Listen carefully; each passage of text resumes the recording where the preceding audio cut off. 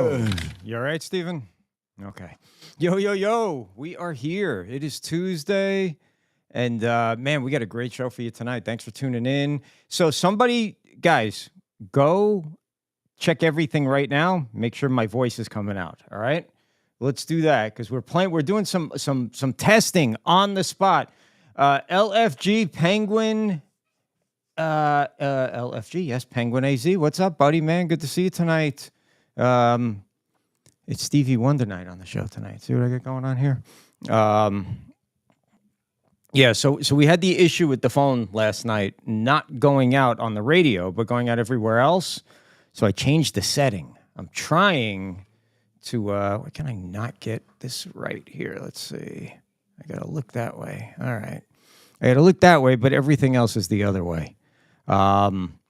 Anyhow, we're just settling in. So thanks for tuning in. We're crossing our T's and dotting our I's here right now. We do have a really good show lined up tonight. We got Facebook and YouTube. Facebook and YouTube gotcha. Is that a yes or no? They're good? They're good. Okay. All right. How about Twitter? Twitter should be the same. What's the app sound like? Let's make sure we're hearing us on the app here. All right. Nice and clear on YouTube. All right. PAZ coming through. Appreciate it. Everything's good right now. All right. We're going to test the phone shortly. Was Stevie Wonder's birthday yesterday? Man, I did not know that. PAZ, we need to test the phones. If you want to call in, buddy, you can. If not, we're going to have Tom do it, but we'll do that in a few minutes. But PAZ, if you want to, I'm sure you're driving home from work right now. We know that you tune in every night when you're driving home from work. The number to call the show is 561-286-7274. That's 561-286-7274. Jam-packed sports night tonight. Let me get rid of these. The Phillies already won today, huh? Bryce Harper could not play. He had a migraine headache, so he was a late scratch from tonight's game, or from this afternoon's game. I guess can you be a late scratch in an early afternoon game? I guess you would be an early scratch, correct? I don't know. That's what I'm thinking anyway. Anyway, what do we got on tap tonight? We got one of our oldest friends hopping on here with us at the bottom of the hour, and he's going to be on. Not just with us, he's going to be on. He's going to be bringing the UFL coverage. He's going to be bringing wrestling coverage at some point. He's going to be bringing NFL coverage like you've never seen, some NCAA football coverage. Captain Ron's joining us at the bottom of the hour right here. We got Casino Kelly. I'm excited about this. This is really cool. I met her last week. I don't want to go too much into who she is and what she does yet, but you guys are going to dig this. And you want to talk about things falling in place and karma. I got a call or an email about an hour ago because we have a lot of friends with these sports books and whatnot. And someone reached out that they're not just a sports book, but they are also this gaming online casino. And like I said, I always have my doubt about these things. But Joe Q won $1,000 last week on one of these on the Bet365 app. So they're legit. So we got something coming with those down the pipe. We got Looch on ice tonight at 8. I know that he is not going to be in a good mood. Oh, man.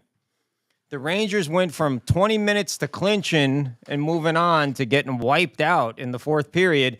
And then they can't even score one more freaking goal for me to hit the over. They got to go under. They're really ticking me off. The next bet, so we're gonna go right into bleacher bets here in a second, because as you know, no one was hotter than us last week or the week before. This week, not so much.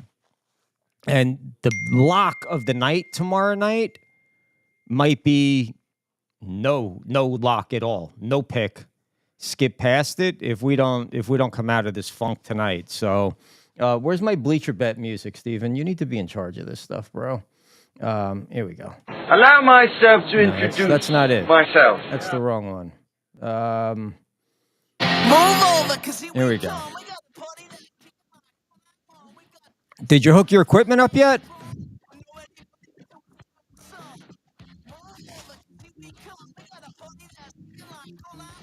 Okay. Well, hit one right now. Let's see if it comes through.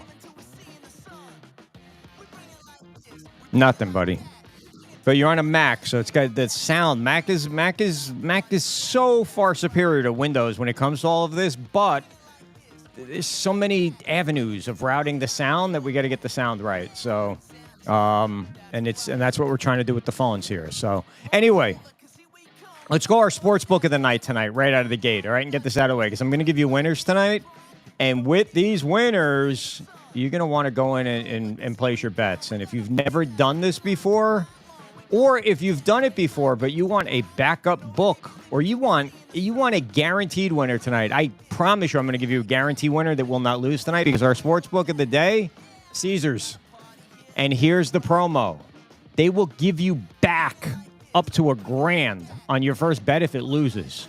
So if I tell you go all in on the Florida Panthers tonight and it loses, you'll get your money back from Caesars. They give it back to you in bonus bets. So you will not lose tonight. That I can guarantee you. And Joe Q can attest to this. Who else can attest to this? Who was I talking to last night? Drew. I was talking to Drew last night. Drew downloaded a few of these sports books because Drew is, it used to be when you turned 21, it was, hey, we got to get right out to the sports bar and go drinking. Now it's like, hey, I got to get right to my phone and download these casino apps right here. So Drew downloaded some apps, and he said that he's got so much free play that he won't have to go into his pocket for the rest of the summer, most likely. And if he's any good at betting, forget about it. He'll turn that free play into a small fortune. So who do we like tonight? Where do we start, Steven? Do you want to start in the NBA, the WNBA? That's right, I said it. Or the NHL? The WNBA. All right, let me pull this up here. I got it. I pulled it down. Hang on. Let me pull my WNBA up. You had to pick the one I don't have up and ready to roll, right? God damn it, Steven. The WNBA. So there's a lot, and an article was dropped today in the BleacherBET section of Bleacher Brothers about all the action, the casinos, the online sports books, Caesars being one of them, are seeing so much action right now on the WNBA. It is, which team is Ben Simmons playing for? Whatever team he's playing for, don't bet on them. That's the lock right there, okay? But he won't actually be playing. He'll be riding the bench like he does everywhere else. But if you had to take a guess, Steven, and I got to do this, Steven. If I'm going to talk to you, I got to put you up here at least. We'll make you Little Steven. Like, remember Little Penny? Do you remember Little Penny? You old enough to remember Little Penny? All right. Well, you're like Little Penny right here. All right. So if you had to take a crazy guess, anybody want to take a crazy guess for a guaranteed $1,000 back tonight if you lose on any of the bets that we play, what team? Why do you think the WNBA is taking so much action right now? Caitlin Clark making her debut.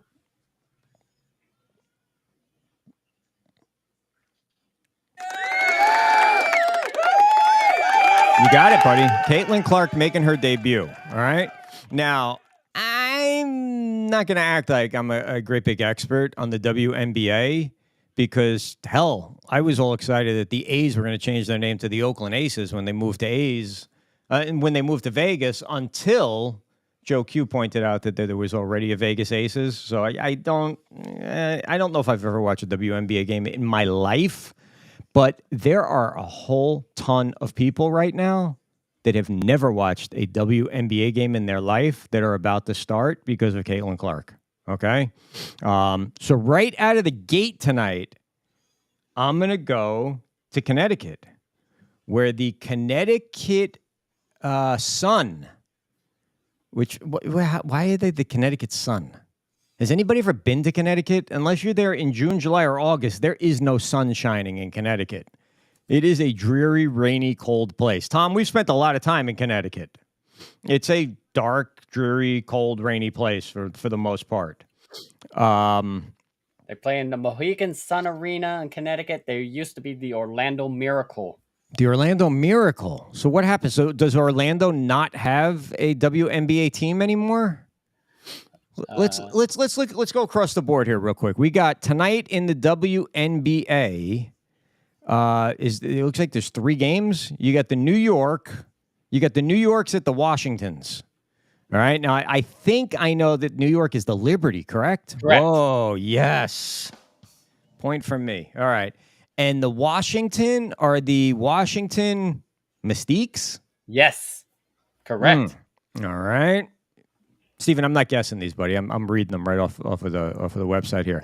The Minnesota Lynx are at the Seattle Storm tonight. Who knows? Captain Ron may be running straight from our show tonight over to watch this game live and in person. I don't know.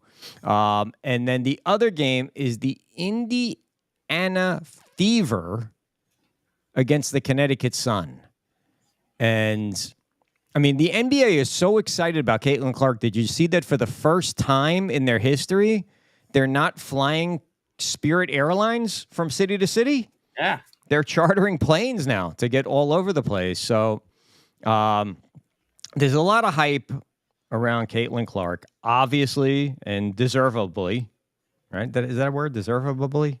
Yeah. I think so. Oh, you know what we're going to need to do? We're going to need to do a Bruno tweet update pretty soon, Steven, and see what Tony's tweeting out right now. So last night it was dark because he was in jail. He was suspended again. How odd. But we'll check in on Tony. Maybe Tony weighed in on this right here. He probably did weigh in on this in a very derogatory or an inappropriate sort of way, and maybe that's what got him suspended again. I don't know this for a fact, so no charges can be filed or lawsuits filed or anything. I'm not accusing him. I'm just speculating on what may have happened. Whatever it was, I'm sure that someone deemed it mean. And all right, so let's see if this works right here. All right, let me take a call, and I don't know who it is, but you're on the air with the Bleacher Brothers. Hey. Hey. Hey, hear me? Can I hear you? Can you hear me now? You're broken up, buddy. ¿Cómo está? ¿Cómo está? That's all I know. All right. Well, give me something else because you're broken up. Steven, are you checking? Hey, we got to check right now. If anybody on the app, is anybody hearing this on the app? And then is anybody hearing this on the stream? We need to know. App's on delay. I know it's on delay, so you got to wait for it to catch up. I just keep talking, man. What's that? You know, what's going on with FAU's baseball tonight? Oh, my God. I don't know. But bring the phone closer to your mouth so that, because you're... How's that? Yeah, that sounds good. We need to make sure this sounds good. Yeah, I can't get it any closer. I'll be swallowing it if I am. It wouldn't be the first time, I'm sure. Not a swallower. YouTube is in and out. I think that's because of Tom, with the way he was holding the phone, that the YouTube was in and out. But is it sounding any better now? Tom, can you, in a patriotic sort of way, can you recite the, what was it that we used to say in school? The Pledge of Allegiance, yes. Well, can we start the show out before I get into my picks here with the Pledge Allegiance to the flag, please? If I can remember, I pledge allegiance to the flag, to the United States of America, to the republic for which it stands, one nation, under God, indivisible, with liberty and justice for all. Yeah, so please don't ask me to sing the national anthem. So you're crackly, so we don't know. Hang up and call right back. We don't know. Phone is coming through the app. The phone is coming through the app, and it's coming through the stream, but it's coming through crappy. Hang up and call right back. Let's see if it's your phone. Will do.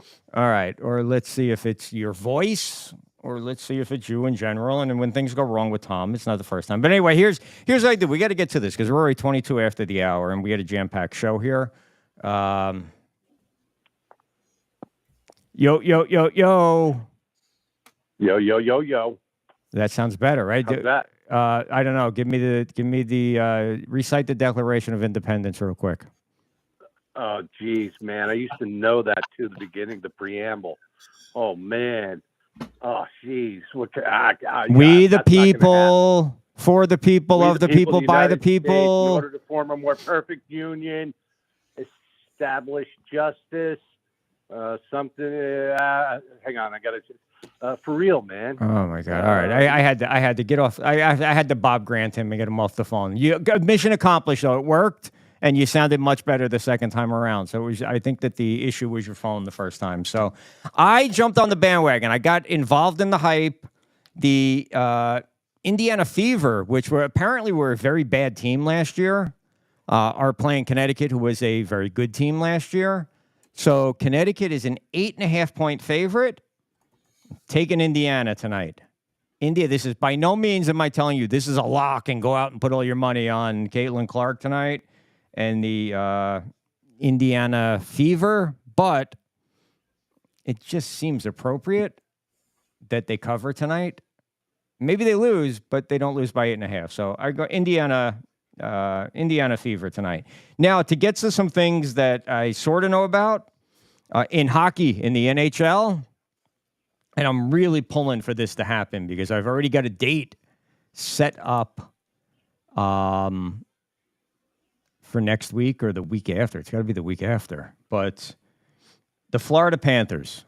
I love the Florida Panthers to close this thing out tonight, and I'm really looking forward because Looch screwed me over when I was in New York last week and decided that he was too busy to show up for the Panthers and the Rangers and whoever the hell the Rangers are playing. Who are the Rangers playing? Hurricanes. The Hurricanes, that's right. And they got their asses kicked last night. And Looch is not going to be happy about that. But anyway, tonight, I like Florida to close this thing out. I like them to do it in a big way. I took Florida minus the 1.5 goals. And then I also like the over 5.5 tonight. So you want to do those singularly, individually, parlay them. I did all of the above. I got Florida minus 1.5 goals, and then I got over 5.5 in the game. Are you following along at home, Steven? Yes, I'm following along. There will be a test on this, okay? Who did we pick in the WNBA to win? Indiana Fever. And how many points was it? 8.5. 8.5. Good job. All right, cool. We go to the NBA, all right? Let me start with a game I'm pretty solid on here, all right? I almost want to say this is a lock. Denver got shaken. Denver got woken, not woken in, like a political sort of way, but they woke up. And they've the last 2 games, they've completely annihilated Minnesota, who looked like they were unstoppable. But here's the thing with Minnesota. This is what Minnesota has that's probably killing them. They have A-Rod.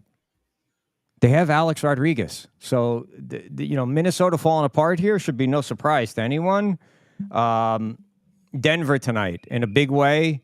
The spread was not that much. Let me pull it up real fast. Let me see what I locked it in at about 30 minutes before the show. I believe it was 4.5 or 5.5. Let's see. NBA. Whoa, it's 4. What the heck did I get it at? 4. All right, I got it at 4. Denver is -4. I love Denver at -4. From everything that I know about doing this, and I've done this very, very, very well recently, Denver should just annihilate them tonight, win this game by 12 to 17 points. Love Denver tonight, okay?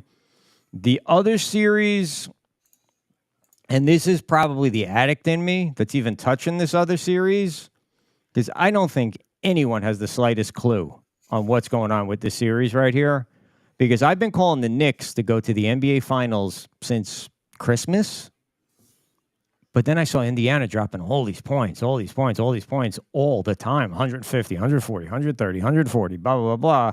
And I saw what they did in the first round, and I was like, all right. I think the Knicks might be in a little bit over their head here because the Knicks beat up on a good Sixer team, but a Sixer team that could not get in a groove because Embiid was out most of the year. You're right. He is on fire. He absolutely is. Steven, you can bring these clips up, these comments up so people can share in PAZ's knowledge. Yep, just did. And you see, now, PAZ, did you see the clips of LeBron last night in Cleveland? LeBron was courtside last night to see his Cavaliers get smoked. Although they hung in there much better than I thought they were going to, and they kept the game much closer. And I believe that Boston covered the original spread, But then when the spread went up after Mitchell was ruled out, Boston did not cover that one. But LeBron got a standing O last night. Yes, under his seat, he had, do you know everything that was under his seat? If anybody can tell me without Googling this and looking it up, what did LeBron have under his seat? There were 3 beverages under his seat. Do you know the other 2, Penguin, for a Bleacher Brother hat? Let's see. What was the over-under in taking a swing at the ref before she got ejected last night? That I don't know. Is Clark and Halliburton a thing? Could be. I don't know. But what LeBron had under his... You can't do these quizzes anymore like you used to be able to do on the radio way back in the day because,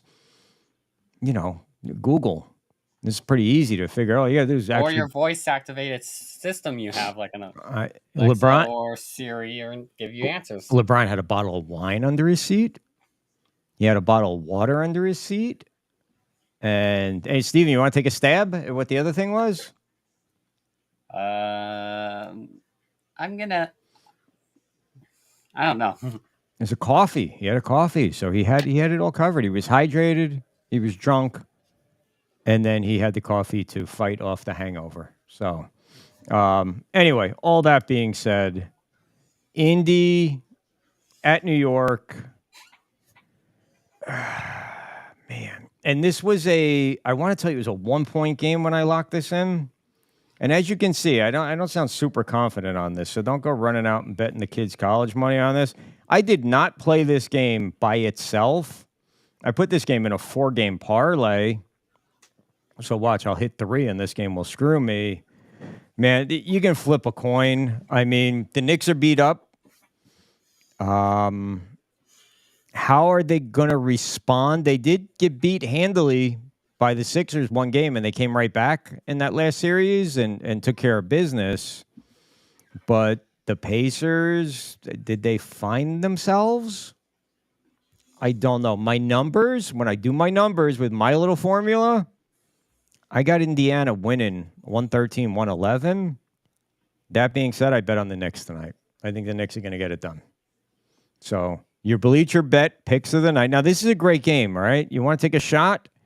You want to go on the Knicks tonight? Open up a new account with Caesars. Take $1,000 and put it in there. Bet the whole 1,000. If the Knicks win, you win $1,000. If the Knicks lose, you get your $1,000 back. How do you go wrong?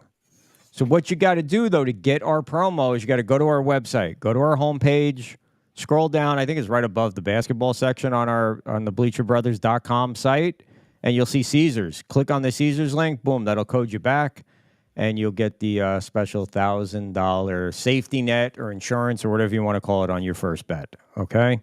Let's see what else here. So we got Denver. Denver's pretty close to a lock. That's about as close to a lock as you're going to get without being an actual lock. I love Florida to wrap this thing up tonight and over 5.5 goals. And I went in on Caitlin Clark tonight, getting 8.5 points. I mean, if you get Caitlin Clark, you're thinking, all right, I'm in good shape, right? If you can get Caitlin Clark and 8.5 points, she's already winning by 8.5 points when they tip off. I couldn't turn that. I couldn't turn that down. So anyway, those are your Bleacher bets of the night. And again, Caesars right here, right there. All right. If your first bet loses, you get $1,000 back. Now, some of these other books, like one of my favorites is FanDuel. FanDuel, they give you a $150 bonus on your first bet if it wins. You only have to bet $5. If it wins, they give you $150. Here, you don't have to win. You don't have the pressure of having to win. You get the money back if you lose. If you win, boom, you keep the money that you win. So everybody with me? All right, so Steven, here's your quiz. Who do we like in the Minnesota-Denver game? Denver. Yes. You remember how many points? 4. Yes, very good. What do we like in Florida-Boston tonight? We like I think you like Boston in that game. No, that was wrong. All right, Steven, you failed the quiz. So here's what we're going to do. We're going to go to, because he doesn't pay attention. So we'll go, because he was probably getting ready for his sports update. It's Luker Live. He's going to let us know what happened already today, what's about to happen, and what may happen. All right, we got some FAU baseball action going on today. Oh, do we even want to talk about that? So let me give you the good news first. FAU scored 7 runs in the first inning. Yes. And then what happened? They completely crapped the bed, giving up 14 runs in the second inning. Right now, the score is a football game score. It looks like they're playing football instead of baseball. They're throwing the football. You said football 16 times. It's a 28-18 score in the bottom of the 7th. 28-18. I wonder what the over-under was in that game. Yeah. Oh, crap. This is their last non-conference game, too, against FGCU. I'm sure they're okay with that. Coming up in the NBA, we have the Indiana Pacers and the Knicks. And the nightcap game is the Minnesota Timberwolves against the Denver Nuggets. And finals in MLB. One final today. The Phillies shut out the Mets 4-0. Yeah!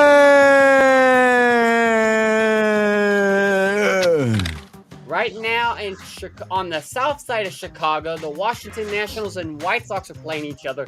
They're tied 3 apiece in the bottom of the 7th inning. Who's winning that game, buddy? It's a tie game. Oh, okay. It's all right. 3-3 Just checking. game. I've been I'm quizzing you to see if you pay attention to yourself. Okay. You obviously don't pay attention to me. The Toronto Blue Jays and Baltimore Orioles are postponing their game and moving it to July 29th for a doubleheader. Coming up in the MLB, the Miami Marlins will play the Detroit Tigers. Detroit Tigers lock tonight. That's all I need to hear. Detroit. All I need to know is Detroit Tigers are a lock. The Tampa Bay Rays will play the Boston Red Sox tonight. The Chicago Cubs will be at Atlanta playing their game. The Washington and the White Sox will be playing another game following their first game. So they're playing a doubleheader tonight. So it's 2 games for both those teams. The Yankees and Twins are going to be playing each other in Minnesota. The Pittsburgh Pirates and the Milwaukee Brewers are going to play each other at 7:40 on the East Coast. The Cleveland Guardians are going to play the Texas Rangers at 7:40. See, buddy, this has got to flow. This is what we talk about. It's got to flow. It's not flowing. This sounds like Tom making a phone call. The Oakland A's are going to play the Houston Astros. Mm-hmm. The St. Louis Cardinals are playing the Angels. So, coming up in that game, and then at 9:40, the Cincinnati Reds will be traveling to play the Answerbacks, a.k.a. Diamondbacks. Hold on 1 second. Let me show you, all right? All right. At 9:40, we get the Rockies at the Padres. Also 9:40, you got the Royals going into Seattle to play the Mariners. You got Shohei Ohtani. We'll get his lock of the night a little bit later on through an interpreter that doesn't speak Chinese or English, but they're playing the Giants. And in other action, what do you got? And hockey, we're waiting for the puck to drop in Florida with the Boston Bruins and the Florida Panthers. And at 9:30 Eastern Time, the Vancouver Canucks and the Edmonton Oilers take the field on the rink. And on this day in history, in 1980, Magic Johnson committed an NBA Finals record 10 turnovers in Game 5 against the Philadelphia 76ers, but the Lakers won anyways, 108-103 in LA. And that is your sports update. Good job, Steven. Thank you, everyone, for allowing us to work through our training and our issues and our new jobs. We're going to take a quick break. When we come back, Captain Ron. Everybody. Adopt US Kids presents What to Expect When You're Expecting. A teenager. Learning the lingo. Today I'm going to help parents translate teen slang. Now, when a teen says something is on fleek, it's exactly like saying, that's rad. It simply means that something is awesome or cool. Another one is totes. It's exactly like saying, totally, just shorter. As in, I totes love going to the mall with Becca. Another word you might hear is jelly. Jelly is a shorter, better way to say jealous. As in, Chloe, I am like so jelly of your unicorn phone case. You don't have to speak teen to be a perfect parent. Thousands of teens in foster care will think you're, rad, just the same. To learn more, visit adoptuskids.org. A public service announcement brought to you by the U.S. Department of Health and Human Services, Adopt U.S. Kids, and the Ad Council. This is the story of a very special woman. In a matter of seconds, she turned herself into a great mathematician or an entrepreneur. Her knowledge was limitless and still is. She could also make monsters disappear, especially those that lurked in the shadows under the bed. Once, this woman put back together a teenage girl's broken heart, which had been shattered in 1,000 pieces, just by giving her a bear hug. She masqueraded as a regular person at work, but as a superhero at home. Everyone knows her as Gabriella. I still call her Mom. Your hero needs you now, and AARP is here to help. Find the care guides you need to help, complete with tips and resources at aarp.org/caregiving. A public service announcement brought to you by AARP and the Ad Council. Hey, Dad, your prescription will be ready in just a minute. Hey, Dad, your laundry will be ready in just a minute. Dad, your lunch will be ready in just a minute. Hey, honey, why don't you take a minute? When you help care for a loved one, you give them as much time as you can, making sure they're safe and comfortable. But it's just as important that you take some time for yourself. At AARP, we can help with information and useful tips on how you can maintain a healthy life balance, care for your own physical and mental well-being, and manage the challenges of caring for a loved one. Because the better care you take of yourself, the better care you can provide for your loved one. Thanks, Dad. Thank you. You're there for them. We're here for you. Find free care guides to support you and your loved one at aarp.org/caregiving. That's aarp.org/caregiving. A public service announcement brought to you by AARP and the Ad Council. Adopt US Kids presents What to Expect When You're Expecting. A teenager. Learning the lingo. Today I'm going to help parents translate teen slang. Now, when a teen says something is on fleek, it's exactly like saying, "That's rad." It simply means it's...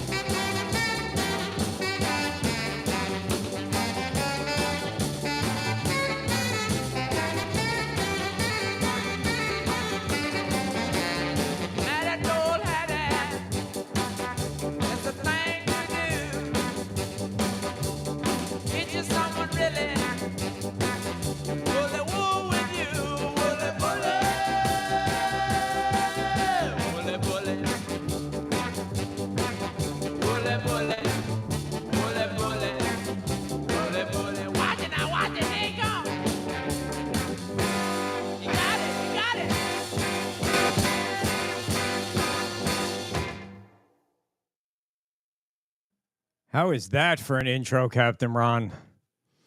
Making his return to the studio for the first time. This dude is an OG. Let me tell you how OG he is. And I'm not talking about the off. I can't even be clever here. But And here's news that you may like, Captain Ron. I just read this. Vince McMahon's accuser, Janelle Grant, apparently texts have been discovered where she texted him asking for rough sex and fantasized about being held down. That's got to be good for your man, Vince. In a way, sure, let's go with that. I mean, it's Vince. His career's pretty much over. He might as well he and Linda should just enjoy their retirement, enjoy the fact that basically they're going to be just covered for the rest of their lives and call it a happy day. Shouldn't we all honestly, join our retirement right now? Honestly, at this point, he has to. I mean, the company's thriving without him, and I'm sure that pisses him off, but oh well. Now, who owns this company? What happened? Something happened at some point where the Dana White was involved, and there was a merger of all these companies, but neither of them actually owned it. Someone else owns it. What's the story here? So what's going on with this one is that portion of WWE basically has its usual shareholders, but also has an executive board. They all got a share of the company, just as UFC also got a share of the company. Okay. Nobody 100% owns it. Just as Bleacher Brothers, people have shares of the company. Exactly. Right. Okay. But Dana White pretty much made it to the point of where Vince's departure was beneficial to both sides, because now you are starting to see more UFC guys starting to make that transition. I believe a certain UFC fighter who actually won over the weekend was saying something about he was going to be heading over to WWE in just the next couple of weeks. He was going to take a little time, relax, but he's probably going to be making his rounds in WWE. And well, it opens up the playbook. So isn't that though where the money is in the UFC? From my limited knowledge, but I'm learning because I'm writing about UFC. Of course. You got to be one of the top tier guys to really be getting paid. Kind of like boxing is the same way. I mean, we had Chase Brooks on last night. He's getting ready to, or Kai, who was with him, is getting ready to make his first pro fight, and it's kind of cool. He's getting paid, and we said, Kai, how does it feel to get paid for the fight? And he says, well, I'm doing it because it's my passion. Well, sure, because it's your first fight and you're probably getting a check for like $300. But when the checks are in the millions, well, then passion. It changes that mindset when the money goes up. Yeah, so I'm going to take a guess that because of the sheer entertainment value, because of the following, because of the sold-out arena after arena after arena after arena, that wrestlers get paid. Wrestlers get paid big when it comes to WWE, and I think a lot of the wrestling fans were actually kind of shocked at the fact of Mercedes actually signing with AEW over WWE. Now, who is Mercedes? She was known in WWE as Sasha Banks. She pretty much was one of the pioneers of the women's divisions, and she was one of those that actually sat here and made it to the point where women not only can look good, but they can also sit here and they can open up a can if necessary. And she looks good? She looks amazing. Steven, give us Sasha Banks or whatever. What's her name? Sasha Banks. She should be right now as Mercedes Moné. Wasn't that Carlton's sister on the Fresh Prince of Bel-Air, Sasha Banks? No, that was Hillary. Banks. Hillary and Ashley Banks. Yes, Hillary and Ashley Banks. That's good. That's good Fresh Prince knowledge. Ron is an OG because he's one of the original Bleacher Brothers. I'm not talking about from a year ago. I'm talking about from 15 years ago. Let's take a look at Sasha right here. Hard to see her on this shot. Let me see if I can enlarge this thing a little bit and get it on. I guess she looks all right. Is that how she normally dresses? She looks like she's dressed for Halloween there. Usually when she's making appearances or basically on the ring, she's trying to basically go with the character. Like literally any other time, you are guaranteed to see her pretty much in sweats and a hoodie, kind of pretty much the same mindset as I believe my wife and possibly also my sister. So that should tell you something right there. And that's funny because Chef Tom dresses like Sasha Banks was just dressed when you would think he would be in sweatpants and a hoodie, but he goes out for I would kind of think Chef Tom, or wait, are we sure Chef Tom isn't like walking around with that same outfit that she walks around in when she's in character? It's very possible. Tom, is it possible for you to throw that outfit on during the show, Tom, and we'll bring you on with it? We'll see. He may be able to. He may be able to throw that on. So we Ron, switching hats up here. Oh yeah, he's a man of many hats. He's a man of many things. We're coming to find out, and he keeps us laughing some days. Some days not so much, but Ron goes way back, and I've always said this about you, and we talked about you, I don't know, a couple weeks ago on the show. Ron was podcasting before podcasting was a thing. He was doing Facebook Lives, and this was probably 08, 09. And it's really after Facebook sort of went mainstream, when they became Facebook, before what it is now. But they had live, and nobody was live. What the heck was it? Ron would do the last call. I don't remember if it was every night or every other night, but he would do this live, and we would look, and we're like, what is he doing? What a knucklehead. What is he doing? Is this going to catch on? Well, either he set the trend or it caught on in spite of him, one or the other, because now who doesn't have a podcast? Hell, I don't anymore. We have a radio show now. Yeah, I mean, it's nuts. But yeah, you started the trend of podcasting and sports podcasting, and now every single radio host, every single TV host, they always sign off and say, make sure you check out my podcast on Spotify or on Apple or on this or on that. It's like, man, I just listened to you for 4 hours and I got to flip over and you want me to listen to your podcast too? Get out of here, dude. So that belt that you're holding right there, what is that belt? Is that an original or a rep? This one actually was a actual special created one. I figured in honor of the UFL with the USFL and the XFL actually coming together, that I would at least sit here and don the colors of it. This was one I actually specially ordered out of England. It actually got sent to me about a week ago, shockingly enough. And if you're looking close enough, you see one. It's half blue, half red representation of Raw and SmackDown, but in this case, XFL and USFL. And Tom, what are you doing, Tom? Stay still. We actually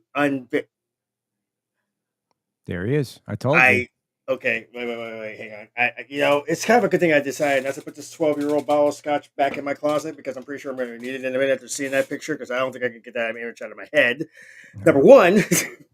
Number two, we pretty much had this trend when we basically do our list of collisions where we basically crown champions, like the top 3, top 4, the top 2, with the fact that the UFL only has 8 teams, and yes, Seattle is still mad at you, Rock, just letting you know. Okay. With the fact of them only having 8 teams, we were still able to at least sit here and display 4 championships and these 2 belts. This one and the championship that's pretty much on the other side of me actually got debuted last week, and it was actually fun. It dropped a lot of jaws, and apparently lit a fire. As you were sitting here saying how me doing podcasts back in 08, 09 was one that started that fight, that apparently started a trend, and then it was just like a simmering fire that kind of exploded. This one apparently was not exactly the case. He actually emailed me a couple of days ago and let me know that apparently he has gotten about a good 150 orders for this specific style. Now it looks very.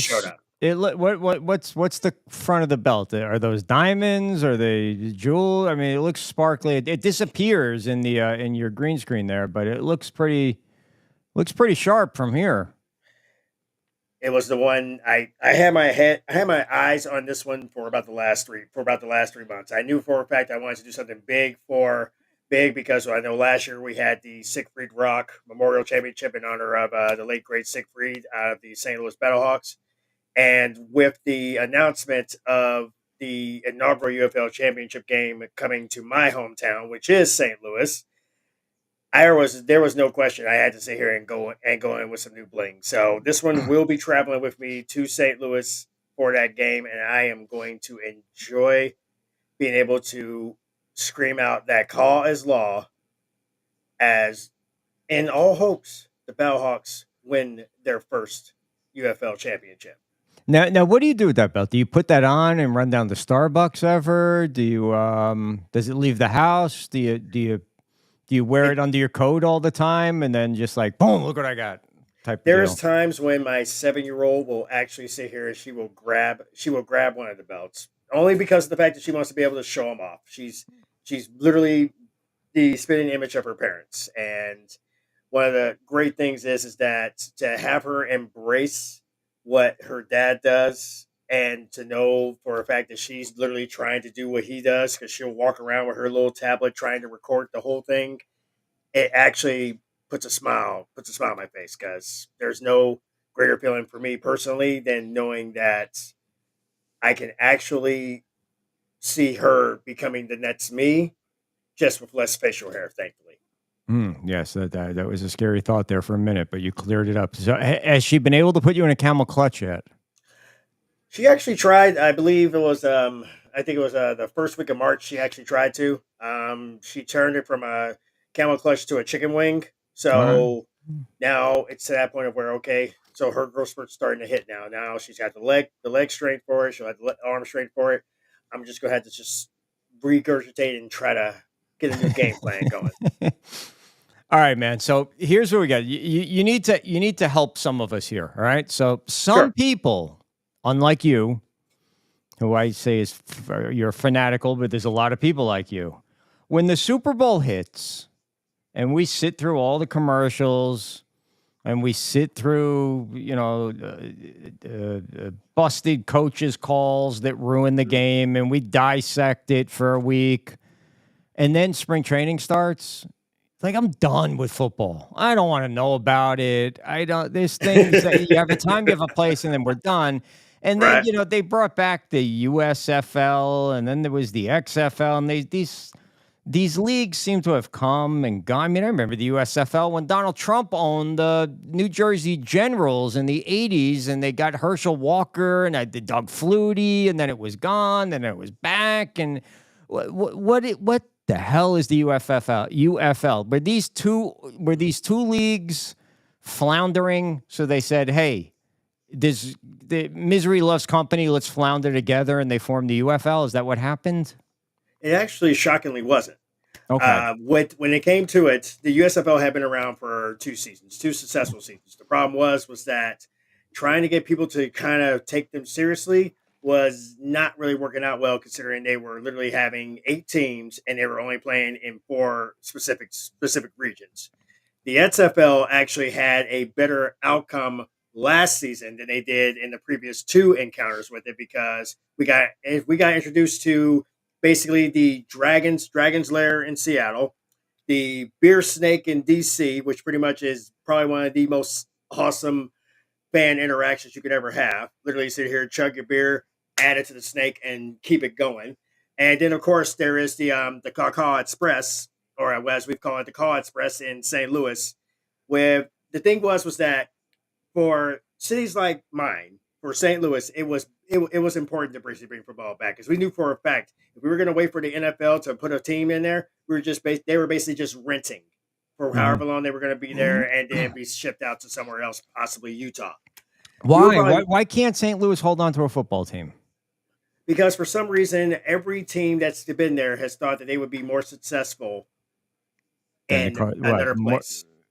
Okay, but the Cardinals have one of the best fan bases in all of sports. Did it not translate over into football? Do people in St. Louis did they shut the door on sports once baseball season ends, like I do with football when the Super Bowl is over? Is that what happens in St. Louis?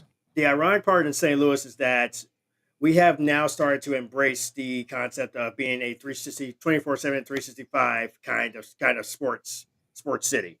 And I say this because of the fact that with the departure of the Rams, we ended up acquiring the Battlehawks and actually the St. Louis City Football Club that actually is playing in MLS. And I believe we got almost close to actually winning the MLS Cup last season. So we pretty much have gotten instead of basically getting so focused on what the NFL is doing because quite frankly I don't think they know what they're doing. We decided to embrace our soccer team, embrace our XFL team, embrace our hockey team who just brought us a championship a few years ago, embrace our baseball team who is slumping at the moment, but what they did last night against the Angels may have sat here and given that team some hope, which, to be fair, it was the Angels, though. How much hope can you have? I mean, it's relief probably that, hey, we didn't lose that game. I mean, honestly, in this very case, a win right now would be pretty much good for us. But I will say this much. St. Louis is there was a reason why St. Louis was chosen as the place to host the first UFL championship game on Father's Day. We have the best fan base. We have the loudest fan base. We have sold out every single game that we have played in the Battle Dome, as it is now called. And on top of that one, we have set records that even the UFL, the USFL, and even the XFL have to be able to sit here and embrace. St. Louis needed football almost as much as the Dallas Cowboys need a actual Super Bowl in this century. Okay. All right, let me. So wasn't the Rock? Who was the Rock involved in? Rock was involved in the XFL. Right. Is he involved in this UFL? He is. He's actually one of the actual principal owners in it. So they've made it to the point where basically his friend / ex-wife Danny is actually kind of running that show on one side, and then the powers that be for the USFL is actually running the other. They're taking the rules from the XFL and the rules from the USFL, seeing which ones worked, which ones didn't. They're actually putting them together, and it's actually bringing success. The only downside to this one right now is the fact that we honestly and I'm not sure I'm not the only fan base that believes it, but we're believing there's something going on in Birmingham that's basically making them go, we can't have these guys lose. Nobody will ever come here anymore. They have a team in Birmingham, Alabama. Is that right the Renegades? This would be the Birmingham Stallions. The Stallions, okay. Who are the 2-time USFL champions, and to this moment are also still undefeated. They just beat the Showboats, right? They're 30-21. They actually just survived the Battlehawks. Oh, the Battlehawks, okay. They actually survived St. Louis over the weekend, and most people were calling that pretty much most likely the prelude to the UFL championship because they feel like these two teams will meet at that time. I still feel like Birmingham will end up getting their first loss before this season ends. It's just now it no longer will be in St. Louis's hands. But if you're listening, Michigan, I have not been a big fan of the Panthers up to this point, but their kicker definitely has my attention because this guy is basically kicking lights out better than most of the kickers in the NFL. But Michigan, if you can go ahead and do all of us a solid and just break this streak so that way we can bring these Alabama wankers back to earth, that would be great.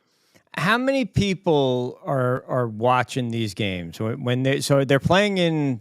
They playing in out. This is not like arena football, or they're not playing on roller skates or anything like that, right? It's not the gimmicky. Okay, are they getting a couple thousand people at these games? Are they selling out? What's the fan following like on this sport? Depending on which arenas, which regions you go into, I know San Antonio has been selling out since they actually showed up to the league last year. I know Arlington. Is it selling out, or is that where they're housing the people that cross the border in the stadium? That's Arlington, whole nother story. Oh, okay, all right. I knew it was one of them. Okay, that would probably explain why Arlington basically just won its first game of the year, and we got about 3 weeks left of the season.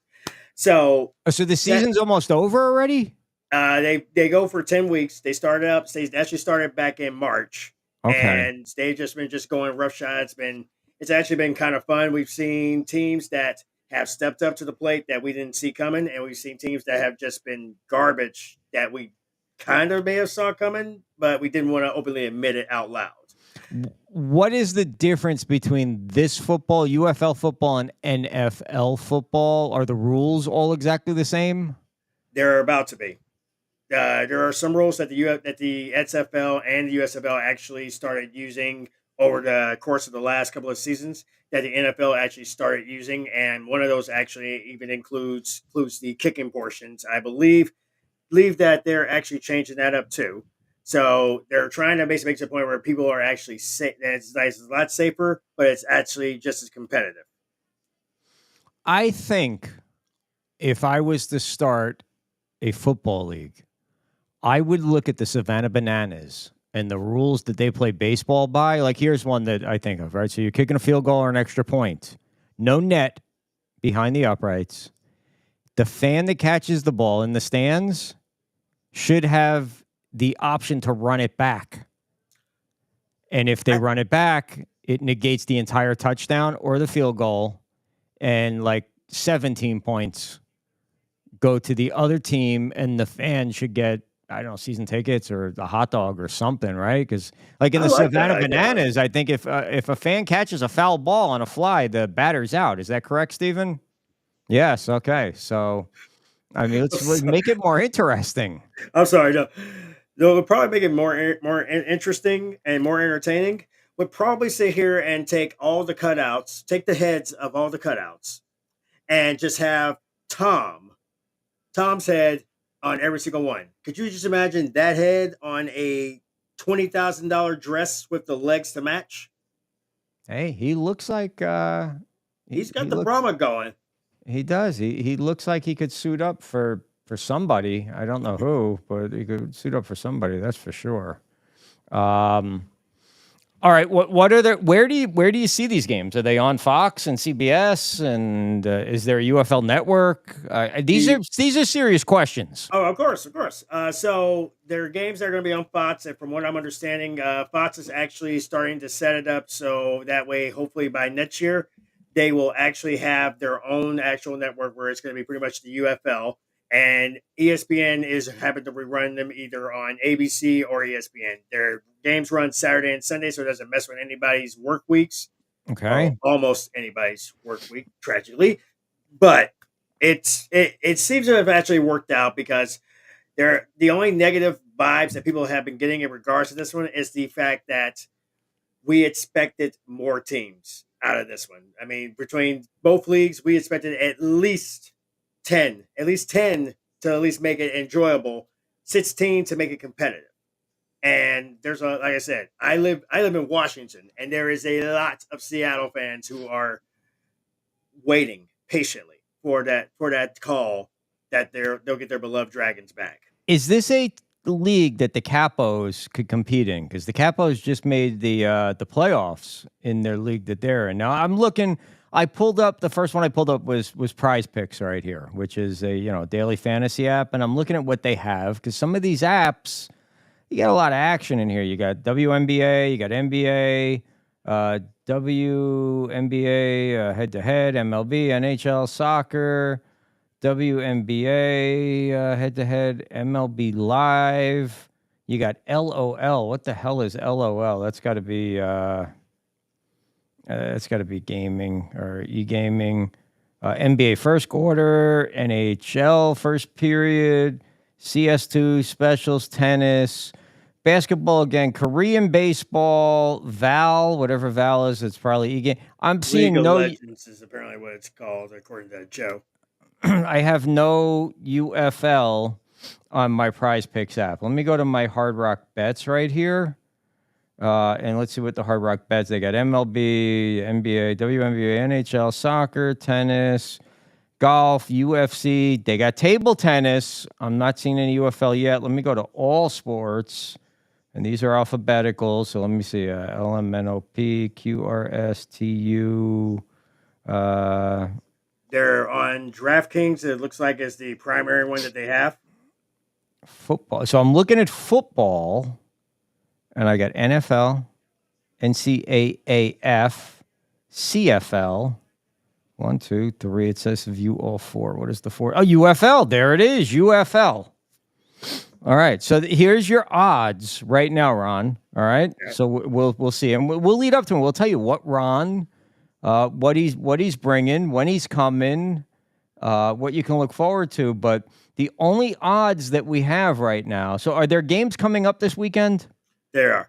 All right, there's no lines on those games. All we have is the odds to win the championship. And they got Birmingham at minus 140. They got your Battlehawks at plus 230 is the second choice. Then you got the Michigan Panthers at plus 850. The San Antonio, what is that? Brahmas at plus 900. And then you got this DC Defenders at plus 3,000. 1, 2, 3, 4, 5, 6. That's only 6 teams. You said there's 8 teams in the league, right? The reason why he's basically only showing 6 instead of 8 is because the 6 that you're seeing are the only ones left eligible for a playoff spot. Okay. The fact that they have 8 teams, it's basically going to be going from the last game of the year at week 10 straight into the conference championship games. that they're going to literally be trying their hardest to start hyping people up, and that's mainly what we're going to be doing. And over the next few weeks, because apparently we lit a fire under Birmingham with what we did last week. I don't even know what we did, but apparently it was enough to have people send hate mail towards me. I'm like, okay, bring them on. I'm waiting for it. Hey, there's no such thing as bad mail. Hate mail, love mail. It's all mail. Mail is good. Mail means people are watching. The fact that they actually have emails, that they actually know how to spell email in Birmingham, that's the part that gets me the most. So I heard you say earlier, I believe this is how I interpreted it, that this league is pretty fixed and they're refusing to let Birmingham lose, kind of like a Canelo Alvarez fight. Considering that Birmingham has not lost a game since its inception, and that was almost 3 years ago, and they just literally played two of their toughest opponents in Michigan and St. Louis, and the fact that they actually was able to just shockingly beat St. Louis, and this is not taking anything away from the play, but honestly, I'm sitting here. I've been watching these Stallions, and unfortunately, it's kind of like the Dollar General version of the Buffalo Bills. That's exactly what it looks like. Okay. And even the Bills couldn't sit here and actually get done. I think honestly, this is a league that I feel like the Capos could actually win in. I feel like they'll actually get better in it, and I feel like they'll actually be able to improve. The fact that every single one of these players, and people want to know a reason why I watch this one, because you never know what's going to happen. Last year, about a good 80 to 85% of the players that played in the XFL last year were on an NFL roster by the end of last season. And the biggest thing is that for most of those guys, this is their moment, because some of these guys may not actually have another chance to be able to sit here and actually shine on Sundays. So why not sit here and take the opportunity that you got and run with it? And people can keep knocking it and denouncing it and everything else, but the fact is that this is spring football, and we understand we're stepping on LeBron's toes, we're stepping on ice toes. But the fact is that even with all three of these going, plus baseball, has it really sat here and made a dent? No, I don't believe it has, because the only reason I even know that it exists is because I have a website, and I see that we are so bad at knowing it exists that the website is not programmed correctly, and the feed is coming in all over the place. So now I'm on FanDuel now. I know that Joe Q said, and Steven, I'm getting text messages that saying you should be fired for letting the comments, for not posting the comments. People are trying to get their comments on screen right here. That's not the text message that I'm getting here. So let's see. I got water polo, volleyball, tennis, table tennis, soccer, snooker, whatever the hell snooker is. Rugby, more rugby, Olympics, motorsports, MMA, lacrosse, ice hockey, hockey, handball, golf, football, darts. Oh, football. All right. So let's go football and UFL. Same thing. The only odds that are here are to win the championship. That's it. The odds are different here. Birmingham is minus 105 over here at FanDuel. I know that Joe Q in the comments there said he had to dig to find them on BetMGM. But Ron, let's talk about your show. So you're bringing a show. We know that you bring the energy and you bring the heat. What can we look forward to? I know that the show's going to launch and it's going to be still UFL going on. So in the past, you've done a collision course, you've done other shows. What's the idea at this point? And we're probably realistically, before everybody gets super excited, we're probably looking at a week or so before the initial show hits the airwaves here. But what are you thinking? Do you work alone? Do you have an entourage? I got the Luker, we got Chef Tom. Some nights you got to see there's like 30 people backstage here.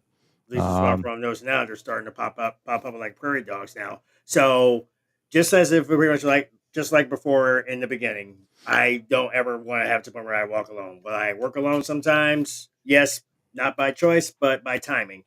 The blessing for me at this like moment Clubber Lang. I work alone, I train alone, I live the title alone. But in this case, I actually am very blessed with the very fact that over the years, I've had basically some really great people to sit here and actually work with. And over the last few years, it's been myself, my broadcast partner, the OG Ric Flair, as I've come to call him, Rockin' Reese. Rockin' Reese is the encyclopedia of sports, is what I call Rockin' Reese. Which is pretty much what he has been, and nothing's changed. I think he's actually gotten like a lot smarter. So he's probably sitting here reading books even while he's listening to the show right now, and that's the part that actually puts a smile on my face. I do know that we do have a actual podcast coming out tomorrow at noon Pacific time. If anybody wants to catch that one, we pretty much still got to honor that. Yeah, but absolutely. I can definitely tell you this one right now, beyond a shadow of a doubt. You were talking to somebody who is going to have a problem being able to want to sit here and actually take this up a notch. I want to see this league succeed because I do love the fact of being able to have that good old-fashioned competition. And truthfully, if there wasn't a team in Birmingham, show of hands, would anybody even give a crap about Birmingham right now? Didn't think so. It's kind of one of those things right now where we have where there's opportunity that's knocking. It's not stepping on NFL's toes. If anything, it's helping NFL out by bringing in some players who may have gotten overlooked, who may have sat here and not gotten the nod that they deserve. They have a shot, and this league is the one that's actually making this happen. That's why most of those players that did sign last season had either USFL or XFL on their resume. All right, so we're looking at, and all these specifics will be coming, but we're looking at a day, possibly 2 days a week, where you guys will be coming, and once UFL ends, and you guys, I'm sure you breathe and you relax and, take a trip to the Bahamas. You look like you're at the Bahamas right now. It looks like the ocean behind you, but you guys really step it up when it comes to college football, when it comes to NFL football. I know that's where not that the UFL coverage is not going to be up to par, but I mean, you guys bring it when it comes to that. I called you about 2 years ago, and I out of the blue, we hadn't talked in years, and I said, "Hey, right. I'm thinking of doing something," and I kind of laid it out there for you a little bit, and it might have seemed a little bit sort of crazy. What are we doing? Exactly what you had said 2 years ago. Isn't it the thing that pretty much you sat here and mentioned to me when we had first actually got to sit here and shake hands, was that you weren't looking to create a diamond overnight. You were looking to actually put enough pressure to bring that diamond up. Good things don't happen fast. Nothing good happens fast. And that's why so many people in life never, ever, ever have the success. Everybody has dreams. Everybody has good ideas. People don't have the patience. They don't have the balls. And they don't have the drive to get to the finish line a lot of times. And that's what we did here. And we went slow and we went steady, and now it's paying off for us. I mean, there's so many things that people to sit here and flaunt things like this. My precious kryptonites. Yeah, you get a glow-in-the-dark microphone. So look, he's prepared. So if the power goes out, he can keep broadcasting by the light of his mic. So, which is ironic because I'm so dark that basically you won't be able to see me, but you'll at least be able to see the mic. You're welcome, America. Exactly. Ron, we look forward to getting you and Rockin' Reese rolling. We appreciate you jumping on tonight. Just stay tuned to everything Bleacher Brothers, BleacherBrothers.com, the social accounts of the shows here, and we will lay out, we'll let you know when everything is coming. So here's what we're going to do. Ron, we're looking forward to having you on. We appreciate it, and we know that you're going to bring it. We're going to go to Steven. All right, Steven, you ready? And we are going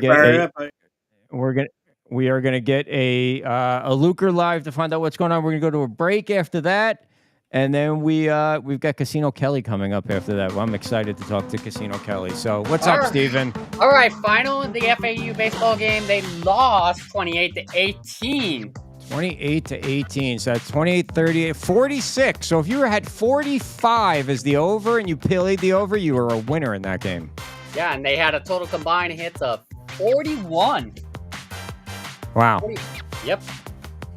And we are going to shift towards our scores. NBA, coming up in the NBA, we have the Indiana Pacers and the New York Knicks at 8 p.m. At 10:30, when we're off the air, is the Minnesota Timberwolves and the Denver Nuggets. right now in the south side of the. All right, come on. Remember what I said? You got to keep it tight, dude. You got to keep it tight, or we're gonna replace you with Rock and Reese. All right, on the south side of Chicago, the White Sox are losing to the Washington Nationals in the bottom of the ninth, 6-3. Underway in Detroit at the top of the fourth inning, scoreless for the Miami Marlins and Detroit Tigers, a 0-0 game in that one. 1-0 in the Tampa Bay Rays and Boston Red Sox in the bottom of the first inning. Breaking. Boston Bruins scored 1-0 Boston. So, Boston 15 Bruins, minutes in. Boston Bruins are up 1-0 against the Florida Panthers in the first period. That is your NHL. And on this day in history, 1986, California Angels slugger Reggie Jackson hits his 537th career home run to move past Mickey Mantle on the all-time list. Jackson delivers the milestone blast against Roger Clemens, of all pitchers, of the Boston Red Sox. And that is your sports update. I guarantee Roger buzzed his tower the next time they faced each other. We're going to go to a commercial break. When we come back, more of the Bleacher Brothers show and Casino Kelly coming up. So everybody stay where you're at. Adopt US Kids presents What to Expect When You're Expecting. A teenager. Learning the lingo. Today I'm going to help parents translate teen slang. Now, when a teen says something is on fleek, it's exactly like saying, that's rad. It simply means that something is awesome or cool. Another one is totes. It's exactly like saying, totally, just shorter. As in, I totes love going to the mall with Becca. Another word you might hear is jelly. Jelly is a shorter, better way to say jealous. As in, Chloe, I am like so jelly of your unicorn phone case. You don't have to speak teen to be a perfect parent. Thousands of teens in foster care will think you're, rad just the same. To learn more, visit adoptuskids.org. A public service announcement brought to you by the U.S. Department of Health and Human Services, Adopt U.S. Kids, and the Ad Council. This is the story of a very special woman. In a matter of seconds, she turned herself into a great mathematician or an entrepreneur. Her knowledge was limitless and still is. She could also make monsters disappear, especially those that lurked in the shadows under the bed. Once, this woman put back together a teenage girl's broken heart, which had been shattered in 1,000 pieces, just by giving her a bear hug. She masqueraded as a regular person at work, but as a superhero at home. Everyone knows her as Gabriella. I still call her Mom. Your hero needs you now, and AARP is here to help. Find the care guides you need to help, complete with tips and resources at aarp.org/caregiving. A public service announcement brought to you by AARP and the Ad Council. Hey, Dad, your prescription will be ready in just a minute. Hey, Dad, your laundry will be ready in just a minute. Dad, your lunch will be ready in just a minute. Hey, honey, why don't you take a minute? When you help care for a loved one, you give them as much time as you can, making sure they're safe and comfortable. But it's just as important that you take some time for yourself. At AARP, we can help with information and useful tips on how you can maintain a healthy life balance, care for your own physical and mental well-being, and manage the challenges of caring for a loved one. Because the better care you take of yourself, the better care you can provide for your loved one. Thanks, Dad. Thank you. You're there for them. We're here for you. Find free care guides to support you and your loved one at aarp.org/caregiving. That's aarp.org/caregiving. A public service announcement brought to you by AARP and the Ad Council.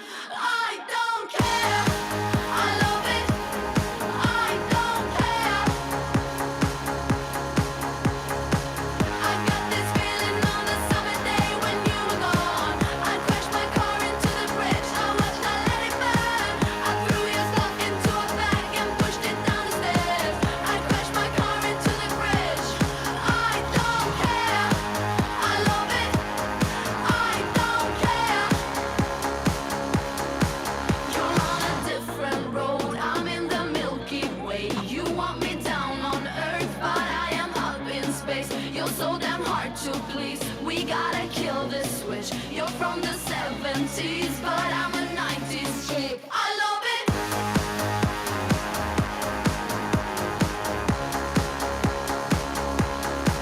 I love it.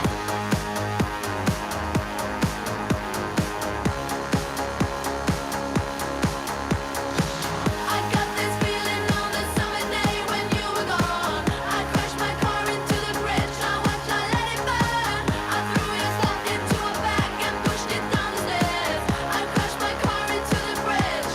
I don't care. I love it. I don't care.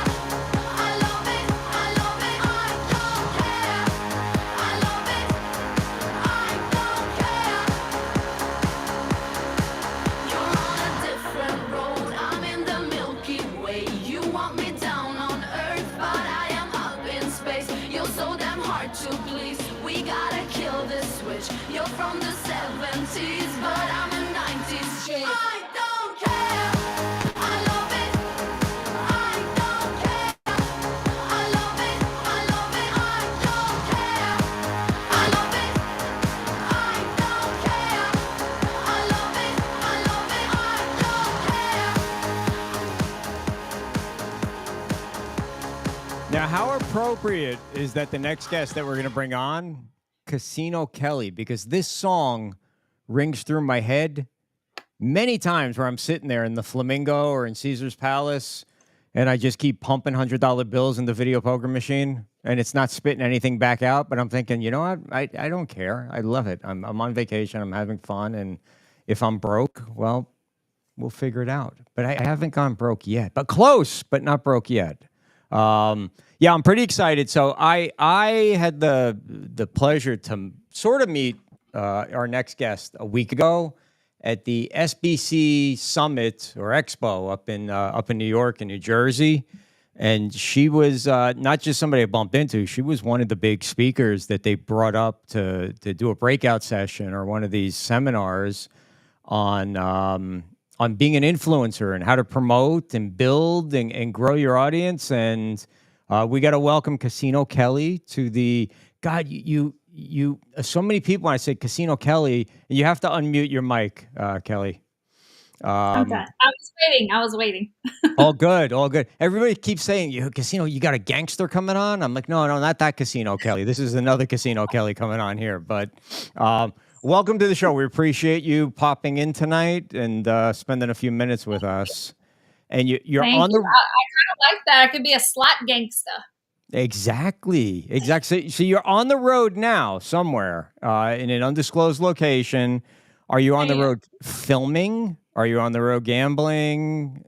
So a little half and half. So I'm actually only about an hour and a half from my house, but we had some friends fly in that also have channels, actually video poker channels. You know, we were just talking about video poker. So they planned a meetup here tonight. So we've got just people downstairs waiting to say hello to us. And then tomorrow, I probably will go to another local casino and film before I head home.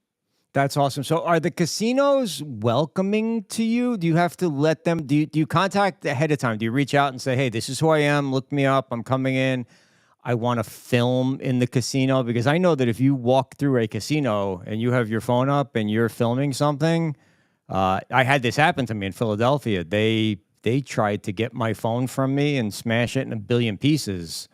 So, and maybe that's a Philadelphia thing. They don't like people there in general. But sorry to all our Philly people, Joe.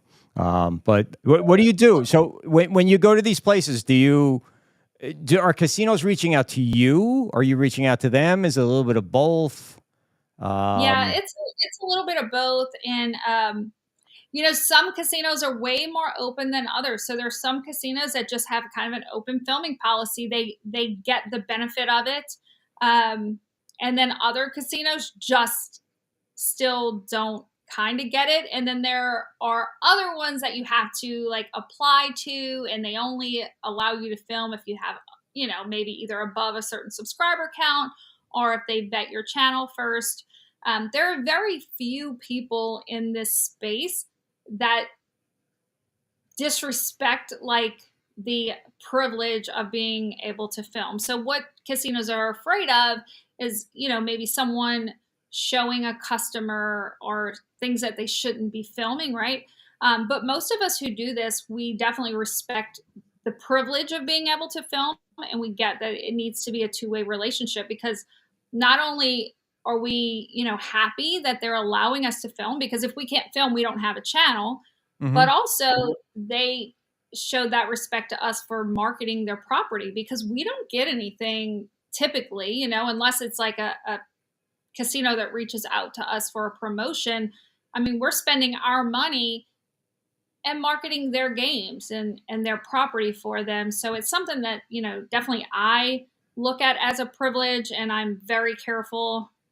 Maybe there are other people that aren't so careful and they kind of ruin it for the rest of us. But, it's still a fairly new thing in this world of content creation. And so the casinos are definitely coming around to it more and more. We're seeing properties. Mississippi, for instance, I live in New Orleans. Mississippi is kind of what I consider my home casino. I usually go to Biloxi over the casinos in New Orleans.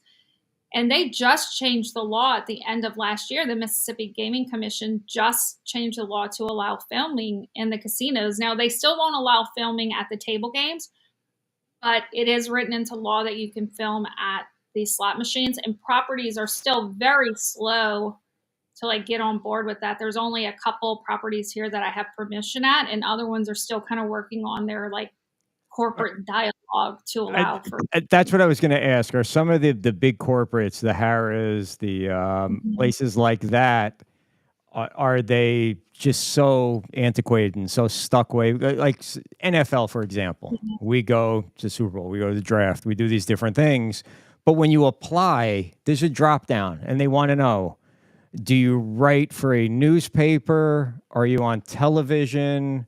Are you on AM radio? I mean, stuff that's no, nobody reads the newspaper anymore. Are you really? If you're filling up your media section with newspaper writers, well, you're not doing yourself justice. So I would imagine that some of these big corps, like Harrah's or Caesars, I don't know what's they used to be Harrah's. Are they Caesars now, or is it Caesars Harrah's? Yeah. And then MGM. MGM is the Those other are one. definitely the harder ones for sure. And MGM has been a tough go for many people. They had just finally got their stuff together last year for Vegas. We're still waiting on here in Biloxi, but even them, their paperwork was, like you said, super antiquated. The questions that they asked are kind of regulations that they put in place were a little odd, and it was okay, if that's what you want. And then other companies, again, they just, I think some of these people don't understand social media. So one of the companies, for instance, has turned down several people that I have kind of referred to them because they didn't have at least 10,000 subscribers, which is kind of silly to me because, people can buy subscribers. Subscribers in this world of social media really means nothing. So some of these people just look at a subscriber count and they're like, okay, check, they're good, rather than saying, well, let me just vet the channel. And if they're putting out good content that is promoting our property, then they're okay. But instead they just look at a number, and that kind of is a little strange to me as well. It's the Kardashian world of perception. Mm-hmm. It's how many subs do you have? How many views? And I'm assuming if you can buy subscribers, you can buy views also. Is my guess. Yeah. So what came first? The passion for playing casino games, or the drive to be a YouTuber? How did it all begin for you? So I actually started out as a live poker player. My husband and I would go and sit, 8-10 hours playing just live poker games. And then we slowly kind of got into slots while we were waiting on tables to open up, and video poker. But we were very low rollers, 20 cents bettors. We would look at people betting $1.50 and oh, what do they do for a living? They're crazy, And then, then you just kind of start progressing as people do. How long have you been playing slots? Do you go back so far, and it's not that far ago, where you had to get a cup with a hand wipey because the nickels would come out and they would be covered and your hands would be all black? Or has it been all sort of just tickets since you've been playing? So I did play like that a couple times, but truth be told, up until probably like 15 years ago, I was like a broke single mom. I was a teacher. I couldn't afford to gamble. So, on a teacher salary with 2 kids, you're not gambling on the weekends. So it wasn't really until I met my husband and kind of life got a little bit better for me and easier for me. And he would take me to the casino and I would kind of slowly gambled with him. But then right before COVID, he started watching this stuff on YouTube and he said, Kelly, come check this out. There's people that gamble on YouTube. And I said, that is the stupidest thing I've ever heard of. Who is watching that? But then I started watching it and that was it. Like I was watching it every single night. And he said, well, we should do this. And he's like, well, we're playing anyway, and crazy thing is that people kind of don't believe this, but I'm actually super introverted and he's extroverted. So the assumption was it would really be kind of his channel. But a funny thing happens when there's a camera. It's like he all of a sudden turned into like he couldn't say his own name. Mm-hmm. And I just like come alive when there's a camera. It's like, I don't know what happens. Like I just come alive when there's an audience. This inner, theater person comes out, who knows?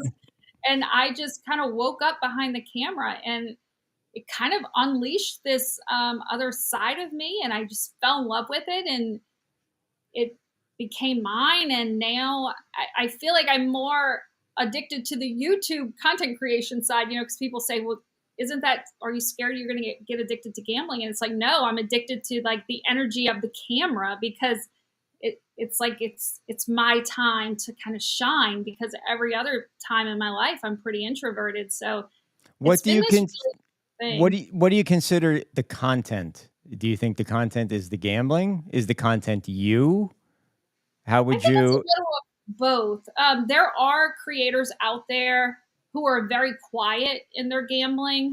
So I don't know if your audience knows, but I have 2 channels. So one channel is dedicated to slots and the other channel to video poker and table games.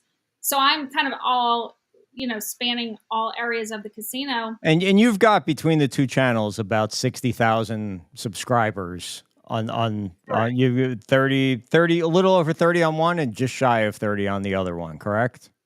Correct. Okay. But I kind of don't shut up, which some people love and some people hate. Some people are like, be quiet and play the game. But as I'm playing, I just talk nonstop. And I just imagine that I'm talking to someone and that someone is whoever's on the other side of the TV. And I get that a lot from people where they feel like we have a connection because I'm telling them about my day or a story about something that happened or, and it's really this cool thing. Because like I said, being an introvert, I don't talk to people face to face always, but I feel that comfort behind the camera. So that's where I get all of my conversation out and it works because people feel that from the other side. So whether it's the slots or me, it's probably a little bit of both. And either you love that or you hate that. And the people who subscribe to me obviously enjoy that or they wouldn't be watching. So what was it like last week when you were in front of a room of a couple hundred people? Was that the biggest group that you've ever spoken in front of live? Because it's very different between filming for a camera and then having to get up in front of a large group of people and talk about who you are and how you got here and what your strategy is. Is that nerve-wracking? Is that different than going into a casino and filming? It's not. I don't know. It's hard to explain because you would think that I wouldn't be okay in front of a large group like that, but I'm not nervous at all because I'm very confident in what it is that I'm talking about. I have a harder time meeting people one-on-one without like a security blanket around me, like my friends or my husband or something.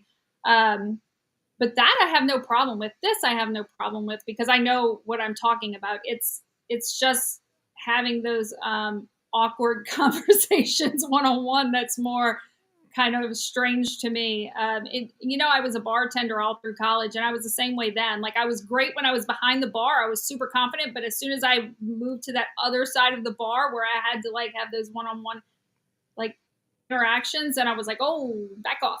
I don't want to speak. All right, let me ask you, how so SBC, where we met last week, it's a pretty big deal. How did they connect with you? Did you reach out to them and say, hey, I would like to, or did they sort of find you and say, hey, no, we would like you to come because we want to cover XYZ and we think you would be fantastic to do it?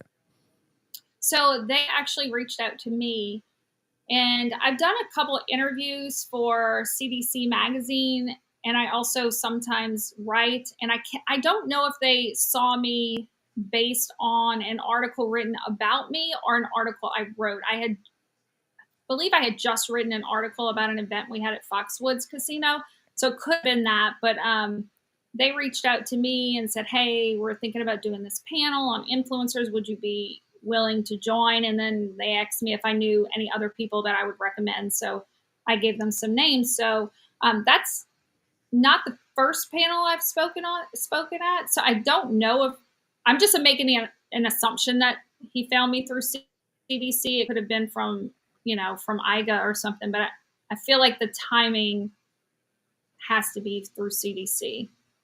So for new people that are going to discover you after this today, and they go to your channel and they check you out, besides you and you're full of personality, I realized that when I sat in on the I'm calling them breakout sessions. What's the proper name? The seminar? I call them breakout sessions. They call them a panel. So who knows? A panel. You have to. I don't care what the content. I don't care how much someone loves, Wheel of Fortune slot machine, or they love whittling wood, or breaking open shells to see what they get inside. There's only so much you can watch of that if there's no personality that drags you in, and you say, hey, you know what? I'm watching this for Kelly. We're hoping that people tune in for Steven, who does our updates, just because they like the way Steven does the updates. And I'm always yelling at him in a fun, sort of comical way that we do here on the show. But you build this relationship where it starts out, if I'm following right, your husband saw this on the internet, he saw it on YouTube, showed you, he said, hey, you know what? Yeah, we could do that. And you initially thought that, all right, we're going to do this and it's going to be about the casino. It's going to be about the games. It's going to be about the slots. But in reality, at the end of the day, it's kind of all about you. And as long as you change, the reason that people are subscribing and coming back day after day after day, because how many videos are you putting out a week or a month or a year? What do you, and 2 channels is hard because, and I know this, I have, she's 11. She just turned 11. When she was 4, my daughter started a YouTube channel. And yeah, and I did, because we did everything they tell you not to do. We put her in front of the TV when she was a baby. We gave her an iPad. This kid is Mensa. I mean, I'm not going to be that parent that says, hey, my kid does this and that. But she started a YouTube channel. She was, really long story short, because it's a really long story, we were in Philadelphia for a reason. And I overheard the music on her iPad that she was watching. She was watching Rocky Balboa, and I heard that dot dot dot dot dot dot dot dot. I said, "What are you watching?" She goes, "Daddy, how come you never told me about Rocky?" And I'm like, "Because you're 4 and you're a girl. I mean, why would I tell you about Rocky?" And she's like, "Daddy, we're in Philadelphia." I said, "Yeah." He's in Philadelphia. She was watching his training montage. I was like, "Yeah." And she goes, "I want to do everything that Rocky's doing." And I said, "Okay, why?" And she goes, "Because he's really old like you, and it looks really hard for him. And I'm just a kid and I'm a girl. So if he could do it and it's really hard, and I could do it, it'll be harder." And my wife was very sick at the time. I mean, like life or death sick. And she says, if I could never tell this story without getting teary, but she says that basically if old people have a hard time doing it, a kid will have a harder time. But if I can do it, then mommy can fight and live and yada, yada, yada. So I'm like, all right, let's do this because I'm trying to figure out, all right, what do I do with this 4-year-old kid? I'm in Philadelphia.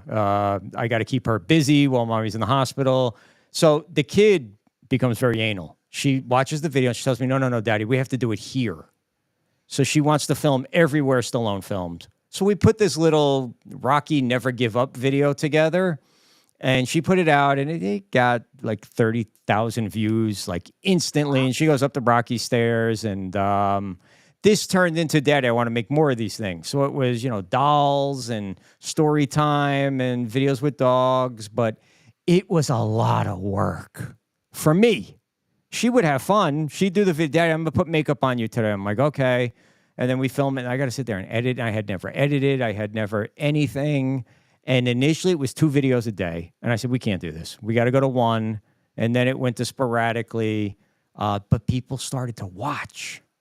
And it became addicting to me to say, all right, kid, no. It's not nap time. It's filming time. We got to go do something.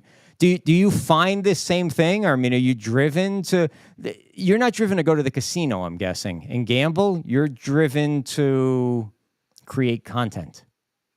Yeah, I mean, look, don't get me wrong. I like to gamble, but yeah, I like the content. So, like, for instance, where I'm at right now, I'm not allowed to film here. So it almost feels like a waste, like every dollar that I'm spending, I'm like, oh, I don't have this on camera, so that kind of stinks. So, but don't you ever say, don't you know who I am? Have you tried that yet? You got to do that. Don't you know who I am? Wait a minute. Hold on. I would never do that. You'll get to that point. I started where you did. I had no clue. My first videos are so bad. I didn't even know there was like stabilization was a thing on the phone. I didn't have a tripod. I'm like moving all over. They're so bad, and it's been a learning curve for sure. But I've learned so much through this, and I do everything myself. So on Casino Kelly, I air videos every day of the week plus a live stream. So basically 8 videos a week on that channel. And then Beyond Blackjack is 4 a week. So That's a lot. And then, so, you've got the editing. And then even once you edit and you upload, then YouTube almost always finds a copyright issue because, of course, the casinos are playing music. So you've got to figure out how to handle the copyright issues. And you have thumbnails to create, tons of comments. You want to answer everyone, because you want them to know that you care and like you're happy that they're commenting, but there's only so much time in a day. And my husband and I own 2 businesses, so I'm running businesses as well and traveling, and it's a lot of work. But I will say the biggest thing that I have gotten out of this channel, like aside from like this self-confidence that I feel like I've never had before, and something of my own that I never had before, because I had my first child at 21. So I was just always mom. And now my kids are older, and my kids were like, getting older as I started my channel. So this is kind of the first time in my life where I have something that feels like it's mine. Like this is all mine and no one can take it from me. So it's given me that, but it's also given me so many relationships. The very best friends that I have in my life right now are all people I met through the channel. And it's either people who have other channels that I met or subscribers. I like vacation now with people who were just subscribers that I have met. And, if everything came crashing down tomorrow and we had to end the channel, the relationships that I have built, you can't take that away, because these are people that I love with every part of me. And it's all people I would never have met. The 2 guys you saw me with at SBC or I would consider them brothers, and I would never have met them without YouTube. How hard do you work at this? Because people look and they see and they think, oh yeah, this is easy. I want to do this. That's why there's 10 billion YouTube channels, and they all have 4 videos and 1 subscriber and 6 likes, and then people bail out because they don't realize the work that goes into this, right? When you're putting out 12 videos a week, I'm going to take a guess that you'll film 4 or 5 in one shot and then kind of edit them and break them up. I would imagine. I don't know this for a fact. Yeah. So I travel to Vegas once a month, usually from a Tuesday night to a Saturday. And I try to get a month worth of content then. So I'm just, just imagine if you're at a casino and you're playing slots all day, if you had a camera in front of every one of those slots. So my videos are about 20 minutes long. So I can get, 5-6 videos in a day, easy. And then we just spread those out. So it's funny because some people are like, you're in a casino every single day. You have a problem. And it's like, no, I'm really not in the casino every day.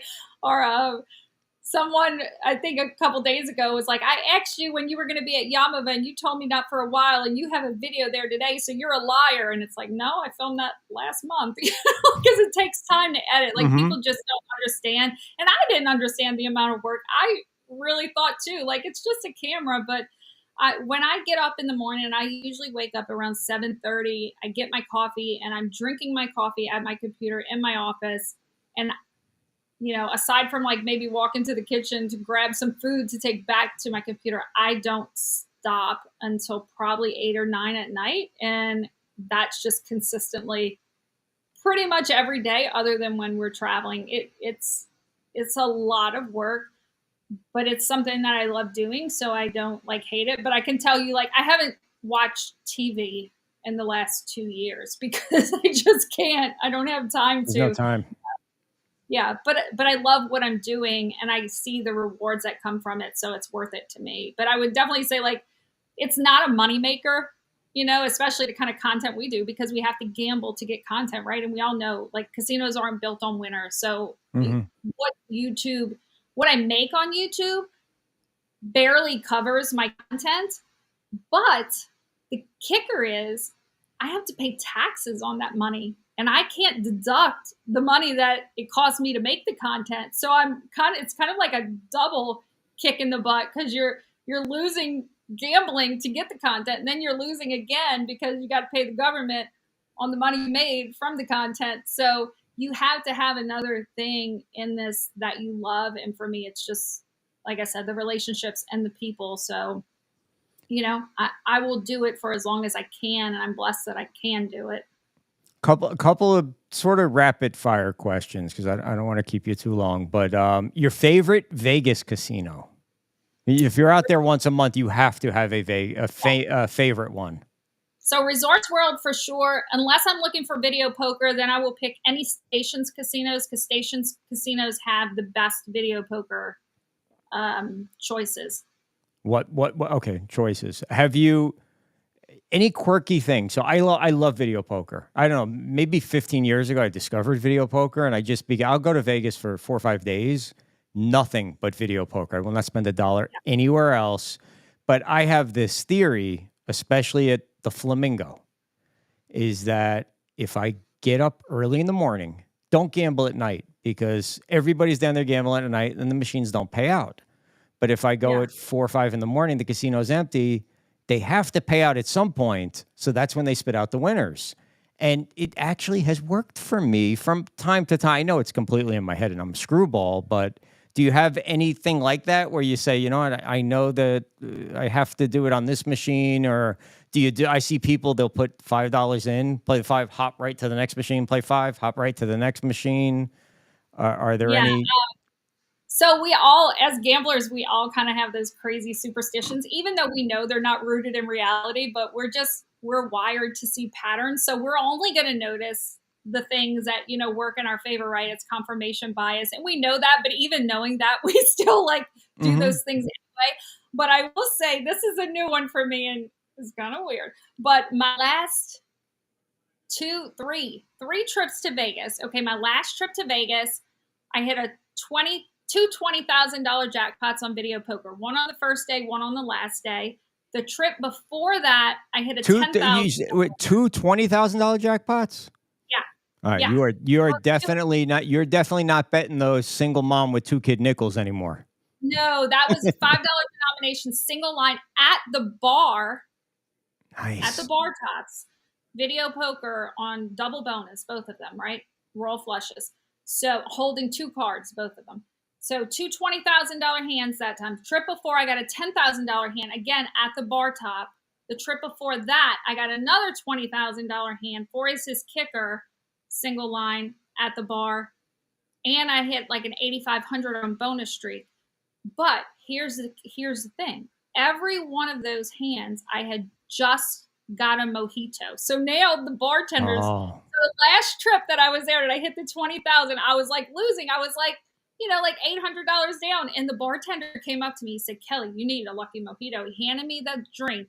And I'm telling you, not 5 minutes later, You I hit just again. started laughing. And I'm like, are you kidding me? So right now, Wow. I know I need a mojito at the bar.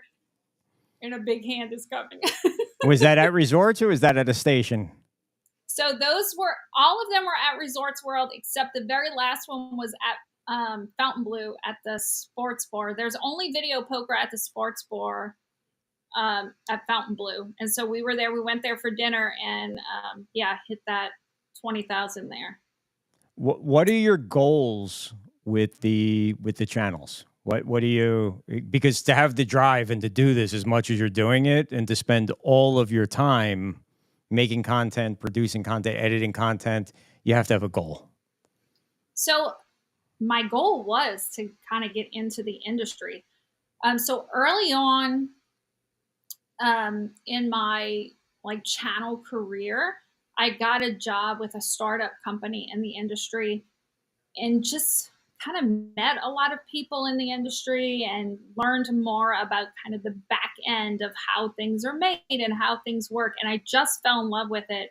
And I fell in love with the people, because one thing, unless you're like part of that world, that people don't realize is it's a very small world. Everyone kind of knows each other. And if you work here, you probably worked here and here and here. You just kind of bounce around. And the people are just great. Like casino, industry people are just really freaking cool people. And so that company folded. But after that, I was just like, I want back in this industry and I'm going to work hard and, get people to notice me so that I can get a job, maybe like creating games or consulting or even a salesperson, because I just really love the industry. Now I'm at a point that I don't know, other than maybe outside consulting, I don't know that I'd want to work for someone else, because I really enjoy my freedom. So at this point, my goal is just to ride this wave as long as I can until I'm too crickety to be in front of a camera, I guess. I know the feeling. I'm a bit crickety myself these days, but I keep pressing forward. Online poker, online slots. Do you make content around those? I've shied away from those things because I go as far back to, there used to be something I think it was called party poker, and you would play it online. But there was a hack, I don't know, whatever you want to call it, but you could buy a program which would show you everyone else's cards at the table. So yeah, I was really good at party poker, but that made me not trust any online casino anywhere, period. But when we were in Jersey last week, guy who was with me hit for $1,000 on Bet365. And I was like, wow, you really, they what? That's insane. I didn't know that would happen. So yeah, so that's new for me. So I live in Louisiana, and iGaming is not legalized here, so I can't do that kind of gaming. But I recently started doing some sweeps, and it took me a long time to agree to do that. I mentioned this in the panel, but I kind of steered away from it for a long time out of fear. I put a lot of weight on myself because I know that I'm promoting gambling, and I know gambling can be this dangerous thing for people. But I finally had to say, I can't wear that. I can't hold that. The best I can do is just teach responsible gambling and show that gambling needs to be fun and blah, blah, blah.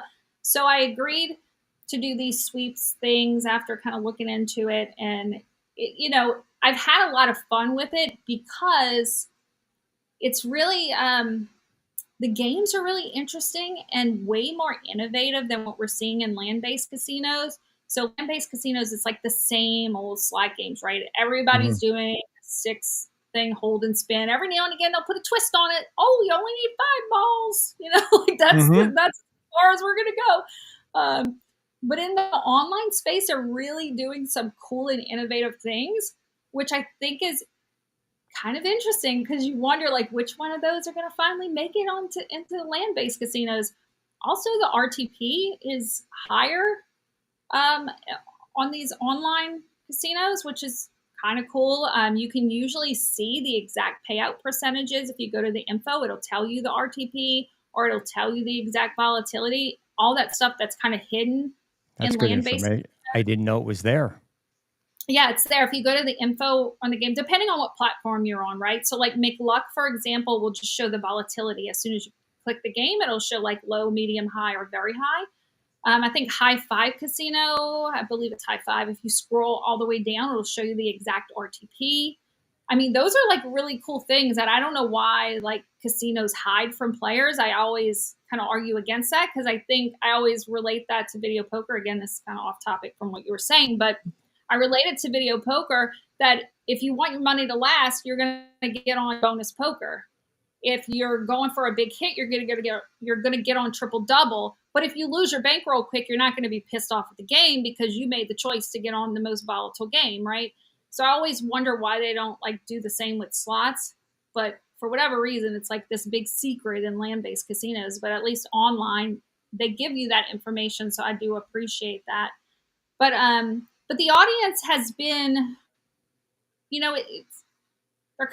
don't know what to feel about it. And I get it because the whole sweeps idea it feels like this kind of gray area, like it's legal, but it's only legal because maybe it's this gray area. So I understand like where their fear comes from, but personally, I've really enjoyed it. I feel like there's a lot of responsible gaming things that are built into those platforms too that people don't realize. So, for example, on all the ones I play on, you can set a limit and you could say like, I'm not allowed to play more than this much money per day. Mm-hmm. And it will not, you can't go in and say, oh, I changed my mind. I want to gamble more now. It won't let you. It'll make you like wait so many hours before it would allow you to change it. I think that's cool. These little things will pop up and say like reality check, you've been playing for this long and this is exactly how much money you've lost since you've been playing. Like, so there's just a lot of really cool things that I would love to see implemented inside of a land-based casino. I don't personally think we're ever going to see that stuff happen in a land-based casino, but it would be cool. No, you won't, because that's how they keep building them bigger and bigger and bigger casinos. When we were out there, and we'll wrap it up. When we were out there for Super Bowl, we went down to the Blue. That's the one that took them like 400 years to build, right? Yeah, Fontainebleau. It's massive. I mean, it's massive. It makes, and I didn't tour it. We went for some sort of party, and then we got out.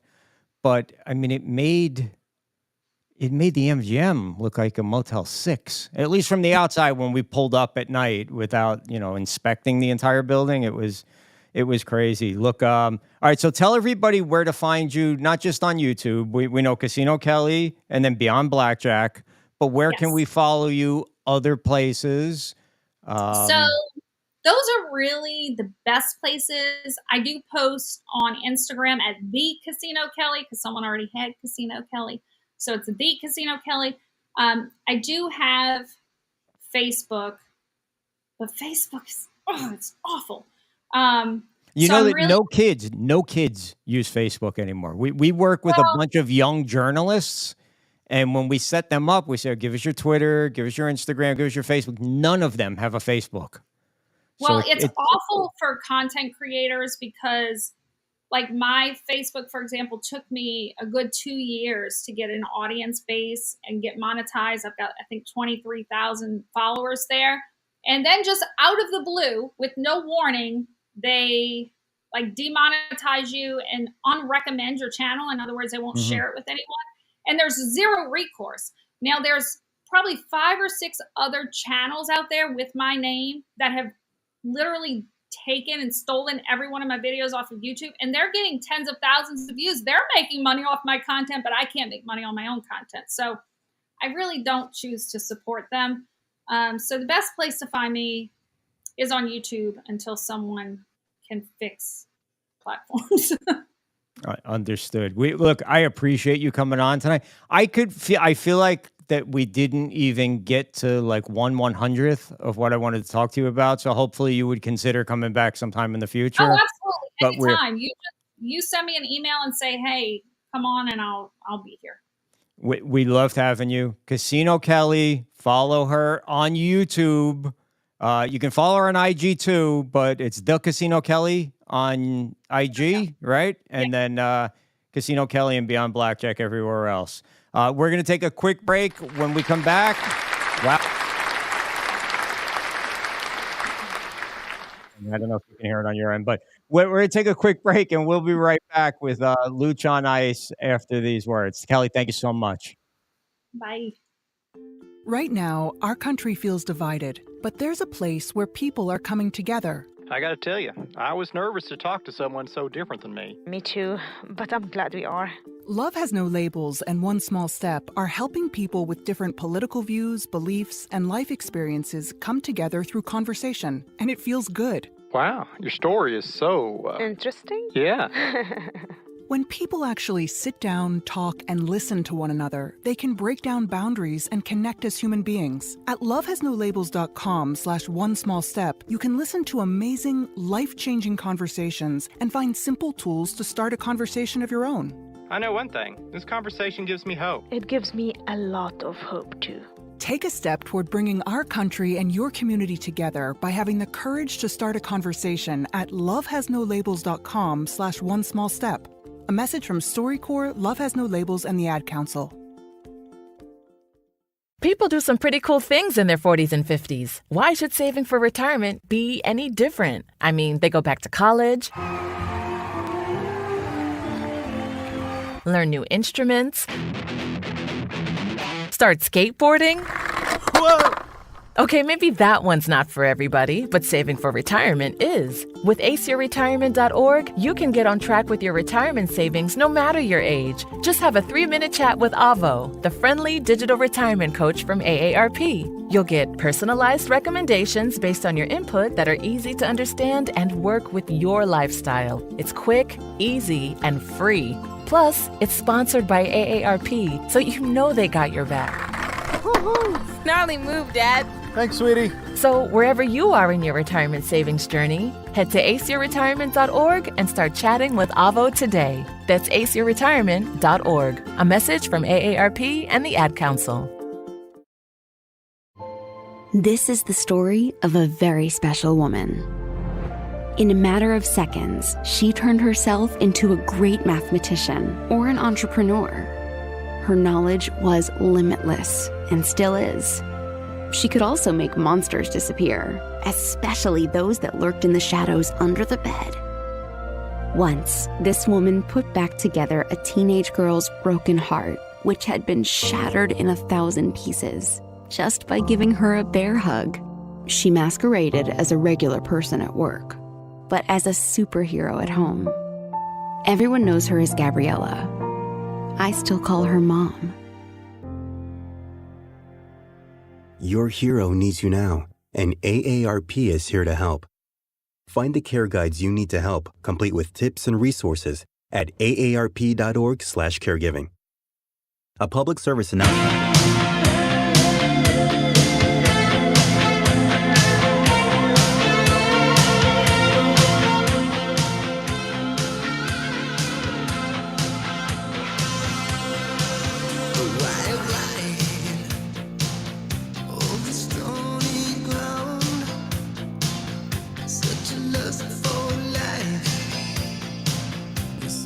Comes to town. We are hungry.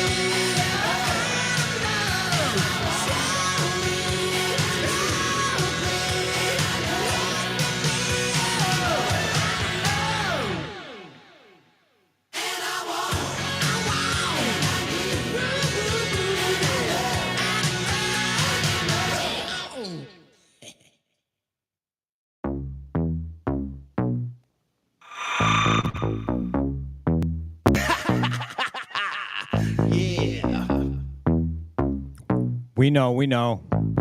Yeah, we know. Yeah, Cosmo, you gonna rock it, right? You gonna do it now, right?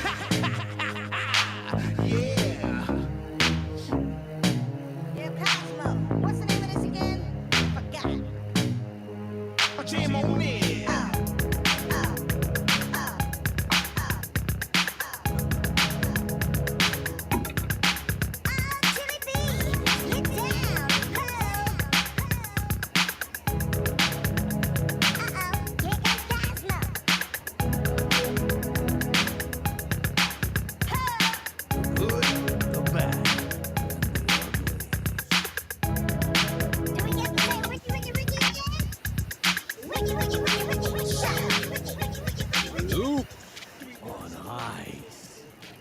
How you doing, buddy? You okay tonight? All right. What's going on?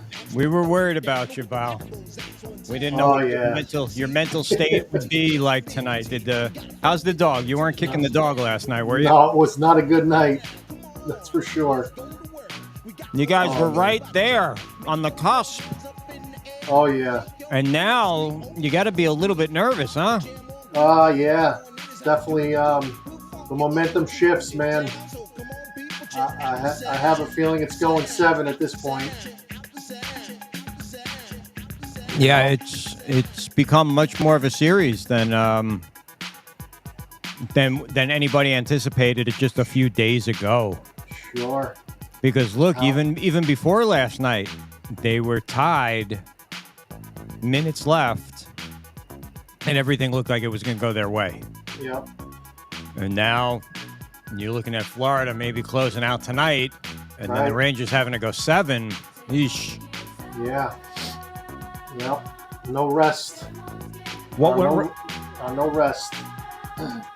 What went wrong last night, buddy? Besides the final score, I mean, obviously. Yeah, they just weren't playing good hockey at that third period, man. It just all broke down. I don't know what the hell happened. I was kind of trying to stay on the computer at the same time. I think I missed the first two goals that Carolina scored in that third period. Blink of an eye. I know, oh yeah, it was quick. I had a feeling that Stahl was going to get that goal because he was pressing. He was pressing in those first two periods. In those first 2 periods of the game, he was pressing and he was bound to get a goal. Jordan Stahl, the Carolina Hurricane, he got that first one pretty quick in the third period. I said, "Oh God, what the hell's going on here?" You know? Have the Rangers had many 3-game losing streaks during the season? Do you know? 3-game or 3-goal? 3-goal, you said? 3-game losing streaks because they've lost 2 in a row now. So I'm trying to figure out where are we? If is Carolina up against something that nobody else has been able to do so far this year? The Rangers haven't lost 3 in a row, have they? They may have lost 3 in a row, maybe once or twice. If I had to guess, I don't think so. Maybe once or twice during the season, but for the most part, they were on the money most of the season. I mean, since Christmas, it was they barely lost 1 in a row. Oh God, yeah, yeah, they were on a streak. They were definitely playing some good hockey, and I mean, for them to go what was it 7-0 in the playoffs is pretty good. You know, you're not going to go 16-0 through the whole playoffs, but you know, and that fourth game's the hardest game to win. They say that fourth game's the hardest game to win, especially when you're playing a team like the Hurricane.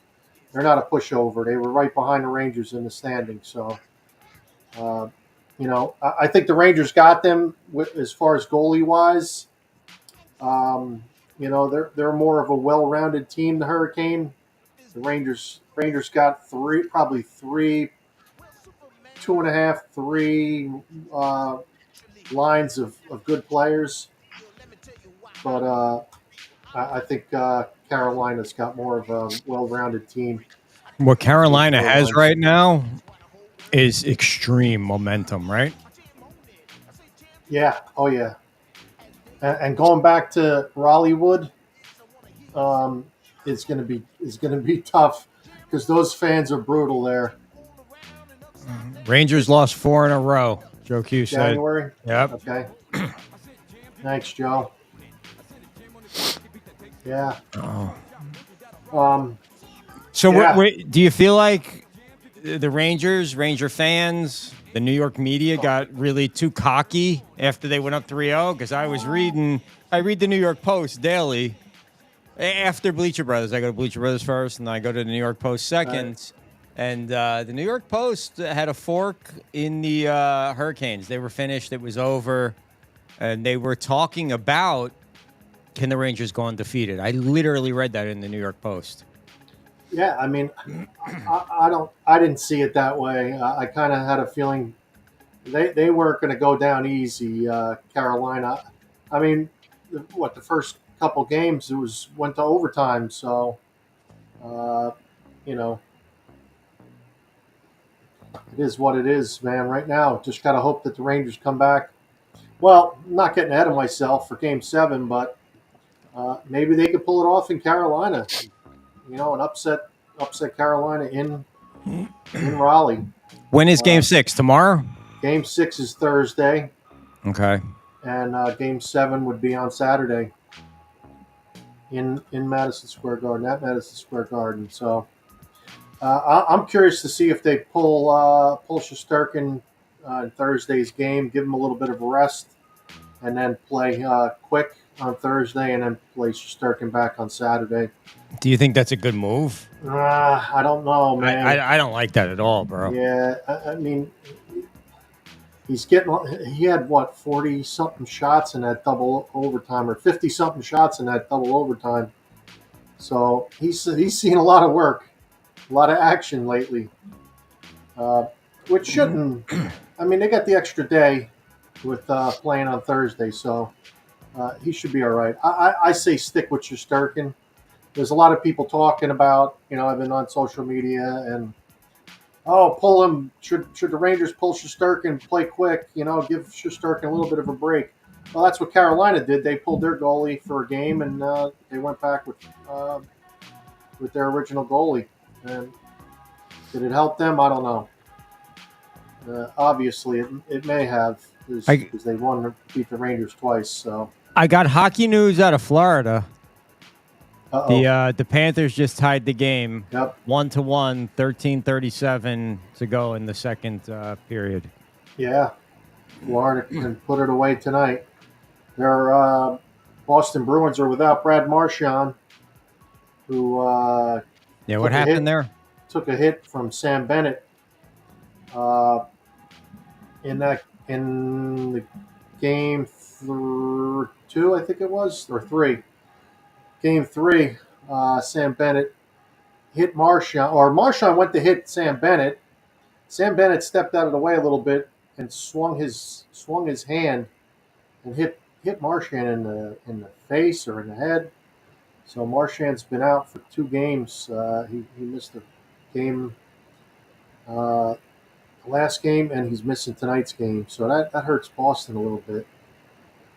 Not having Brad Marchand, who's a feisty little guy, and could also put the puck in the net. So he definitely pumps his team up when he's out there. And they don't score a lot of goals anyway, so to lose him is definitely a big blow to them, because Boston doesn't get a lot of shots on goal. They don't score a lot of goals. Right. And especially in this series so far. Yeah. They got 2 great goalies. That's their thing. I mean, Swayman and Omar. Oh God, that's a great 1-2 punch right there. You got to have a good goalie. Admit it, Looch. Are you impressed a little bit of my hockey, how I'm following along here, and how I know what's going on? See what happens when I put money on these things? I know what's going on here, man. Yeah, you got to get those. You got to analyze this stuff, man. I got you. Yeah, what's a little bit aggravating for me the last few days, Looch, is there's not a lot of goals being scored in the last couple of games in all of these games. And even Colorado last night, that game went under. which was quite aggravating to my bankroll. Yeah, what was that, a 6.5-er? Yeah. Anytime Colorado plays, it's 6.5 or more. Right. Yeah. Speaking of Colorado, they took a big blow. This Valerie Nichushkin, which I was really high on this Valerie Nichushkin, and for not to he's. I think he was kind of high. Not to speculate, but he's now suspended for 6 months after violating the NHL Players Assistance Program. So that's a big blow to the Colorado Avalanche. Nichushkin, with in 8 games, he's got 9 goals. So yeah, he's this is his 3rd offense. So he gets 6 months with no pay. So this is the drug program? Is that what this is? Yeah, well, it's a drug program, mental health program, just I guess a program that they, could be alcohol related. I don't really know. They're not saying they're keeping it hush hush, but I think it's drug related. Don't you have to have some mental health issues? No offense, to be a hockey player and go out there and put your body and life on the line like that every single night. That's for sure, man. Yeah. So Val Nichushkin, who's like a force to be reckoned with out there, man. And I've been talking about him for a while. I know he missed 2 months during the season in the program. That was his 2nd offense. This is his 3rd. He gets one more chance at it. If he gets the next offense is a year suspension, and he may not be eligible to come back to the NHL. So Val Nichushkin, they don't publicize what it is, if it's drugs or alcohol or. No, there was some. Last year, he had some issues right before the playoffs. He missed the playoffs for the Colorado Avalanche. Supposedly, he was at a hotel room with a girl, and something happened with the girl, and security got involved, and then the team security got involved, and they kind of whisked him away, and then he went into the program, and I don't know if the girl was inebriated, and she's just out of it, and, made a lot of comments about what happened. So, but he lucked out with that one. Now he's back in the same situation, if not worse. I don't know what happened here. He was on the ice for the practice, and then he didn't play in the game that same night. So he's done for 6 months. Unfortunately, one of my favorite players over there in Colorado too. Unfortunately. Of these teams that are still standing here in these series that are still going on, if we kind of just take a look, your feelings tonight. Florida should wrap this up tonight, wouldn't you? Say? I would think so. They're in Florida at Sunrise. In Sunrise, they should take it tonight. Without Marchand, I mean, not that he's that big of a deal, but that's a little bit of a blow to them. And yeah, I think Florida should wrap it up tonight, and they'll be waiting for either the Rangers or a Hurricane. Hopefully, the Rangers. I still have some hope for the Rangers. Game 6, it's going to be rough for the Rangers, but I think going back to the Garden, I think it's going to go 7, and I think the Rangers should be able to wrap it up at the Garden with their fans behind them. So Boston is playing with some urgency tonight. They got 18 shots on goal against Florida's 10. Yep, I see that. And normally they get outshot by a lot. Right. Yeah. So it's not like they're mailing it in. No. Boston's not going to go down easy either. I mean, well, they did last year. Yeah. Oh, yeah, for sure. Yeah, winning the President's Trophy, that's the curse right there. Hopefully, that isn't the curse on the Rangers. Yeah, I think Panthers should put it away tonight.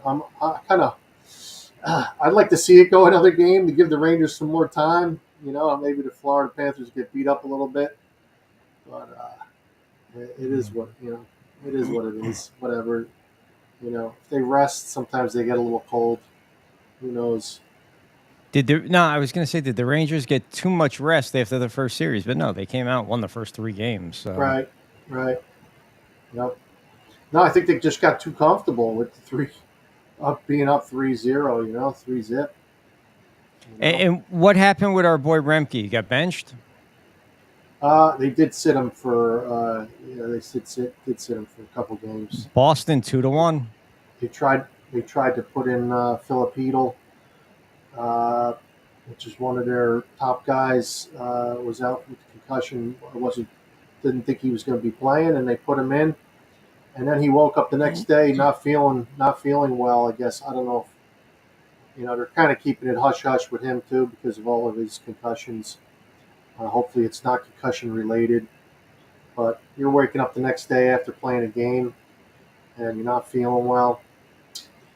You've been through. I think he's been through 5 concussions. So I see that picture of Tom. That's pretty funny. Boston just went up 2-1. Oh yeah. Let's see, who is it? Geeky? Yeah, Morgan Geeky, I think it is. Yeah.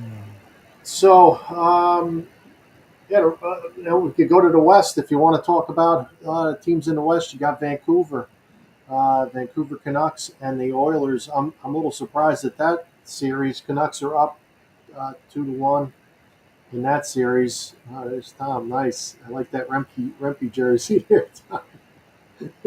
Tom looks like Remke the time he got the shit kicked out of him. Oh man. I think Luker's got something lined up there. Is this the which? What do we got, Steven? We got the gold. Okay, the Carson Soucy. This is another hit on Connor McDavid. This was a suspension for Carson Soucy. Was this after the game? At the end of the game? Is that this Vancouver one? Canucks. Yeah, it's the cross check. Yep, you got it from the back, and then Carson Soucy hits him in the neck, basically. Pretty nasty. Yeah, we got no volume on this sucker. Now Bouchard gets it deep. So fired around by Soucy. David ends up behind the net after into the game here. Kind of looks like it's going in slow motion. This clip too. Connor McDavid whacks him right here. Connor McDavid whacked him with the stick. With a 2-handed slash to him, and then Soucy retaliated with a cross check. He basically got hit from behind. McDavid got hit from behind, and then cross check from behind, and then he got cross check to the neck. Pretty nasty. 20 seconds remaining in regulation time. Bouchard in. Carson Soucy got a one game suspension for that cross check. I mean, I think that's pretty reasonable. And then I don't know if I'm not sure what's going on, Looch, because the volume is down and I'm talking to you, but the Panthers are challenging the goal. Oh, offside maybe. Usually either goalie interference they usually do, or an offside. It looks like goalie interference maybe because they're showing the overhead and right. Yeah, so the goalie's stick was knocked out of his hands. And it looks like, let's see, did it stand? There are it must have stood, yeah, because not a lot of people are celebrating. He was outside the crease too. That could have been the reason. When he's in his crease, that's more likely to be called than if he's out of the crease, which is that blue area and around the net there. If you see it in the videos. That's right. I don't mind giving this goal up because this helps my over. So I just need Florida to go on a 3-goal run now. And that would put us at 6 goals. And I have the over, and I have Florida -1.5. So we'll be in good shape there. Gotcha. Nice. How much now were you more upset last night about the Rangers losing or about your FanDuel picks? Oh God, my FanDuel picks were terrible last night. Yeah, they didn't do very good. The first rule, never bet with emotion. Yeah. Second rule, never bet with emotion. Third rule, don't bet on your own team. Yeah, I usually just I think I went pretty light last night with the Rangers. I just had some anytime goal scorers that I picked, and just didn't work out the way I'd like it to. But that was no big deal. We need to follow you all next season. We need to follow you on the apps with the Rangers. Like we just had Casino Kelly. You'll be Hockey Looch or Sportsbook Looch, and we'll follow all your bets on the Rangers and see how it goes. And then we'll watch you. Are you one of these guys? Will you slam your TV if the Rangers actually collapse and lose this series? Will you be like the Cowboy fans and the Eagle fans, all those idiots that go up and smash their own television sets? I don't know if I'd smash a television. Maybe rip a couple of hats, a shirt or two, like an old shirt, or maybe burn them on the front lawn or something like that too. Is the outside of your house? Do you have a Ranger flag flying outside? I do, man. You do. You're one of those. All right. You drive past my house. I could send you a picture, or I could even show you probably on here. I have my front lights. My front light is blue, and that's Joe Q wants a Looch live cam next season. So all right, that works. My house is lit up in red, white, and blue. I got the lights on the garage, red and blue, and I have my front light blue. So we are. I'm trying to pull up my photo here. How are you? How are your balls? Should I ask? No. Oh man. Yeah, I don't know if how good you could see this photo, but I put it up to the camera there. Oh yeah, I see it. And the flag, maybe you could see it's in that. It's tough to see with the light. Yeah, I think I see a flag pole, possibly. Yeah, it's a little messed up with the camera on the computer there. Does Rob Collins ever come trying to get into that house drunk in the middle of the night, thinking that he's home? Yeah, right. Yeah, this used to be Tracy McGuire's house too back in the day. Well, they were step. Oh, is that what it was? Yes. Rob's mother was married to McGuire. Oh, okay. But then Rob's mother passed away. I guess it was cancer. I don't remember. When we were young, we were in high school, and Rob's mother passed away. Right. Gotcha. Yeah. No, I haven't encountered him in the middle of the night at all. Yeah. Well, that's probably a good thing. Hey, Looch, let's go to Luker Live and get done with him because he's got to go produce the other show after this. So let's take a break real quick. Let's head over to Steven. We'll get some updates on everything that's going on here, and then we'll come back with more Looch on Ice. The Panthers are on a power play right now. They just fended off, if that's the right terminology for hockey, a Boston power play, and then with 1 second left, they went on a 4-on-4 for a second, and then now it's a 5-on-4 with still 56 seconds to go on this power play. And Boston's goalie's coming up big. But Steven's music. What do we got, pal? All right, the Knicks are up 33-29 against the Panthers in the first quarter. 45 seconds left in that game, into that period. And MLB, the Miami Marlins and Detroit Tigers are still tied 0-0 on the top of the 10th inning. The Ghost Runner is in play right now for them. The Red Sox have taken the lead against the Tampa Bay Rays in the top of the 6th. It's a 3-2 game in that game. The Atlanta Braves are beating the Chicago Cubs 7-0 in the bottom of the fourth. And Minnesota, the Yankees are beating the Minnesota Twins 3-1 in the bottom of the third. The second game of the Washington Nationals and Chicago White Sox doubleheader game is still scoreless 0-0 in the top of the third. The Milwaukee Brewers 4-0 against the Pittsburgh Pirates in the bottom of the third. Top of the second in Texas. Reese Hoskins put on the disabled list, 10-day disabled list today with a pulled hamstring for Milwaukee. The Guardians and Rangers are scoreless 0-0 in the top of the second. The Houston Astros and the Oakland A's are scoreless 0-0. Shortly at 9:38, we have the St. Louis Cardinals and the Angels. At 9:40, we have the Cincinnati Reds, the Arizona Diamondbacks playing in Arizona, and then Kansas City is traveling to Seattle to play the Mariners. The Rockies are in San Diego playing the Padres, and at 9:45 p.m. Eastern Time, the Dodgers and San Francisco Giants will be the nightcap game, and the hockey score in the NHL, the Boston Bruins are up 2-1 against the Florida Panthers, second period, 5:59 left to go. And are on this day in history, 1996. Dwight Gooden becomes the 8th pitcher in New York Yankees history to throw a no-hitter in a 2-0 victory over the Seattle Mariners at Yankee Stadium.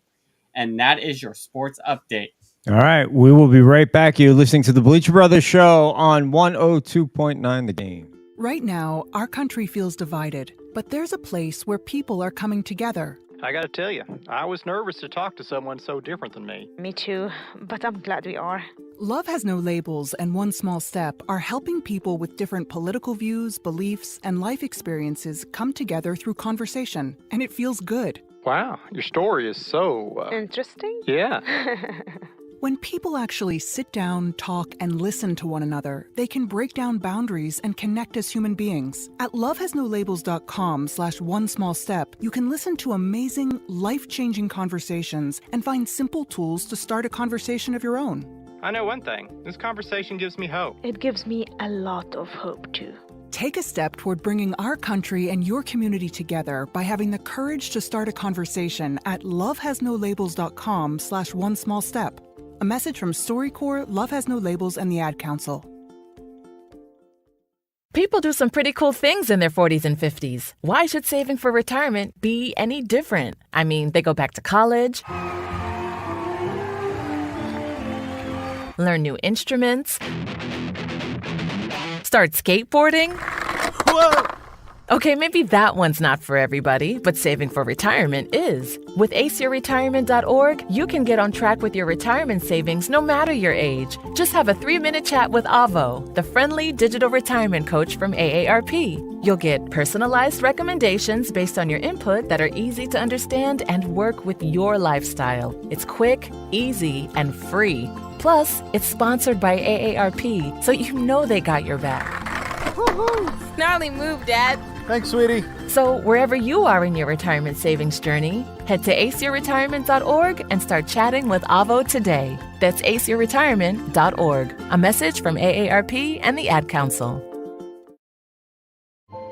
This is the story of a very special woman.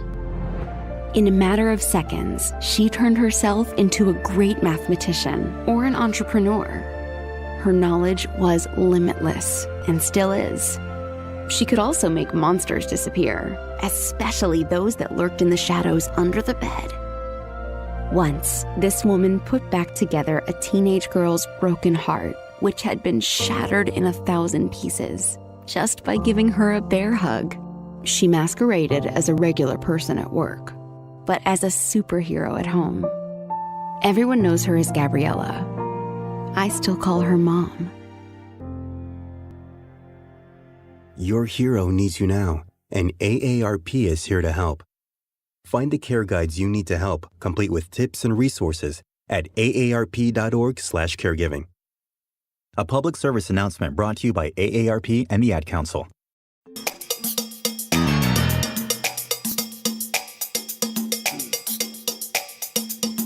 Man, Sergey Babalina, Mr. Bob Dabalina, he just Boston, at the end of that power play, Boston had a straight-on breakaway guy, boom, boom, boom, save, and then right behind him, there was another Bruin trailing. Did you see it?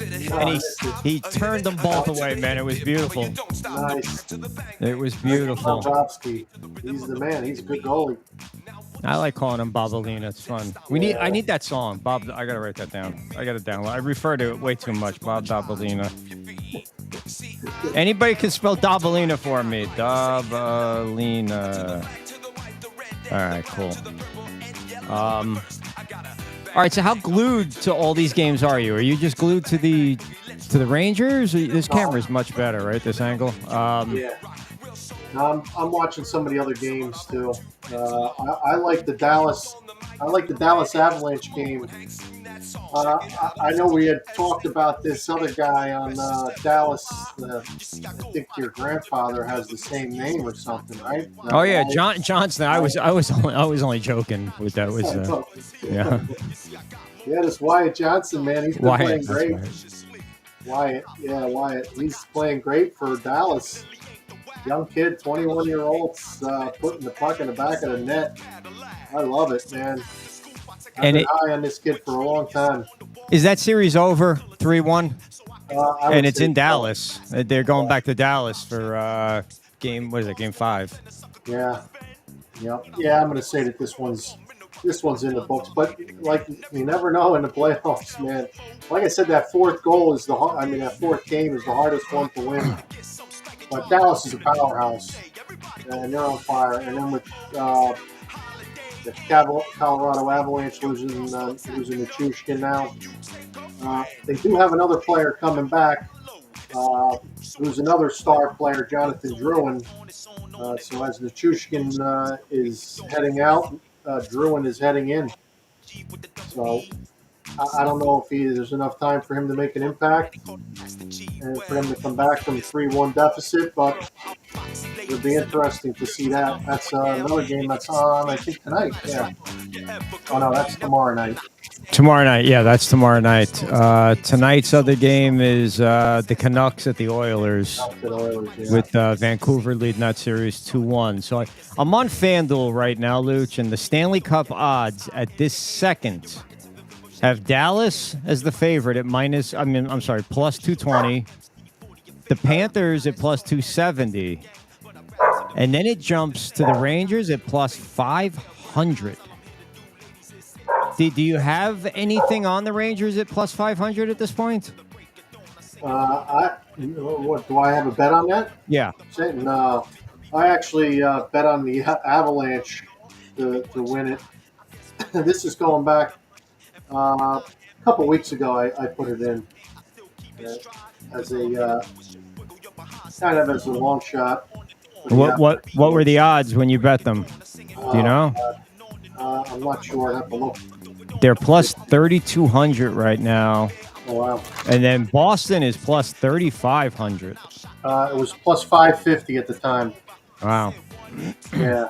Well, they weren't down 3-1 at that point, though. Right.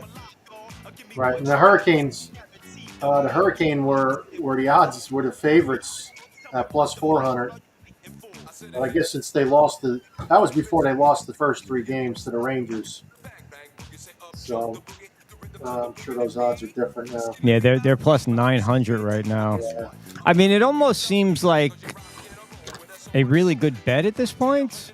Right. Plus 500 to throw $100 on the Rangers. Let me look on that's FanDuel. Let me look on Hard Rock, which that's the one I have to use while I'm here.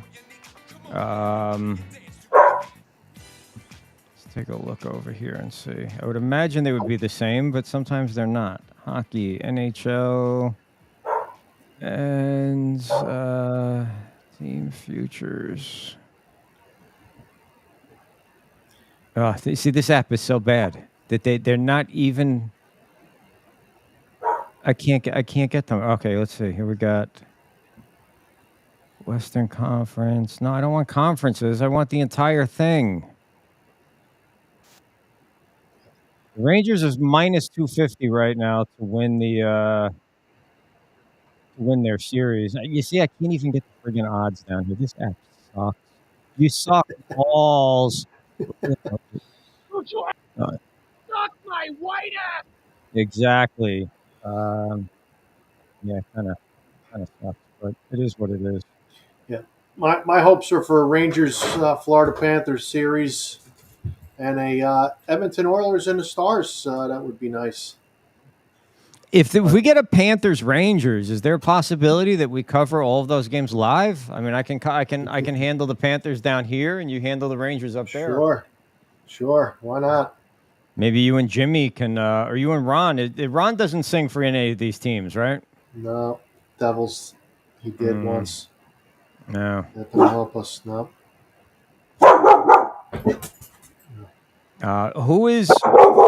Who's Mia going for here tonight, buddy? What's that? What's your dog? Your dog's Mia, right? Stella. Wait, is Stella upset? Is she going for the Panthers? Is that what's going on? Yeah, I don't know what's going on. Somebody's trying to get in my house. Maybe it's Collins. It's those blue and red lights are driving her crazy, man. Yeah, right. Oh. Are you? Is this the only thing that you're kind of engrossed in right now? The NHL playoffs? Are you following your Yankees at all? Is there? I haven't been following the Yankees. No, not too much. Only one I follow, I think, is right now is Rizzo. He was hit a little bit better for the Yankees from what I heard, but I'm not sure what he's been doing lately. Now, do you have a lot of Devil? You must know a lot of Devils fans. You must know as many Ranger haters as you know Ranger fans, right? Oh yeah, without a doubt. Are they all talking shit to you right now?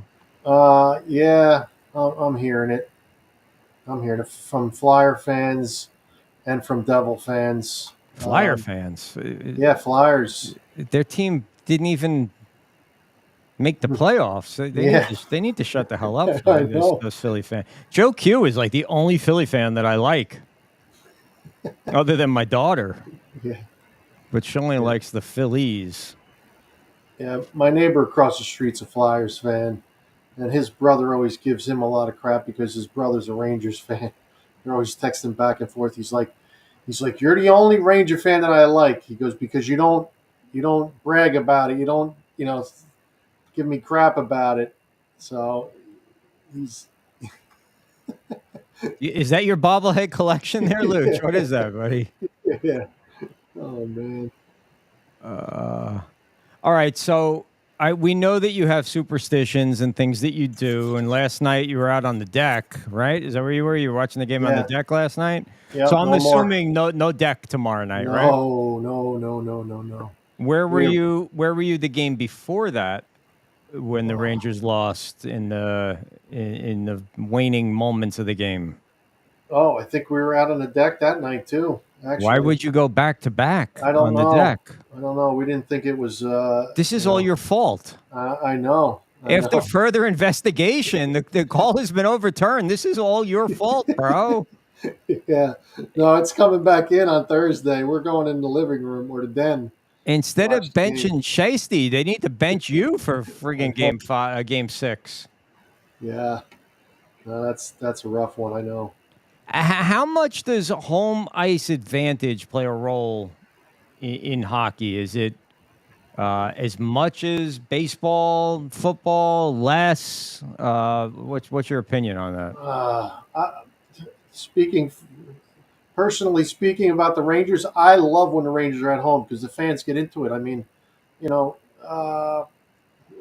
to Raleighwood or Raleigh playing Carolina, they get loud there.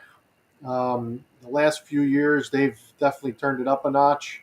I don't know what it is. I guess because they've been winning a lot and they got a good team. They're trying to keep the Ranger fans out of there too.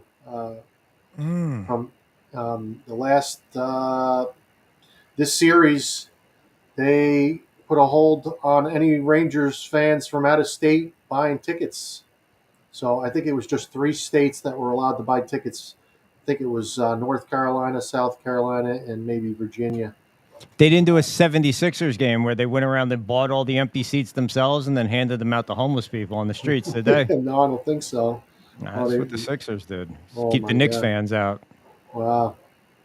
Yeah, that was pretty crazy. I mean, I know the Devils did something similar where they won't let the Ranger fans on the ice after the game.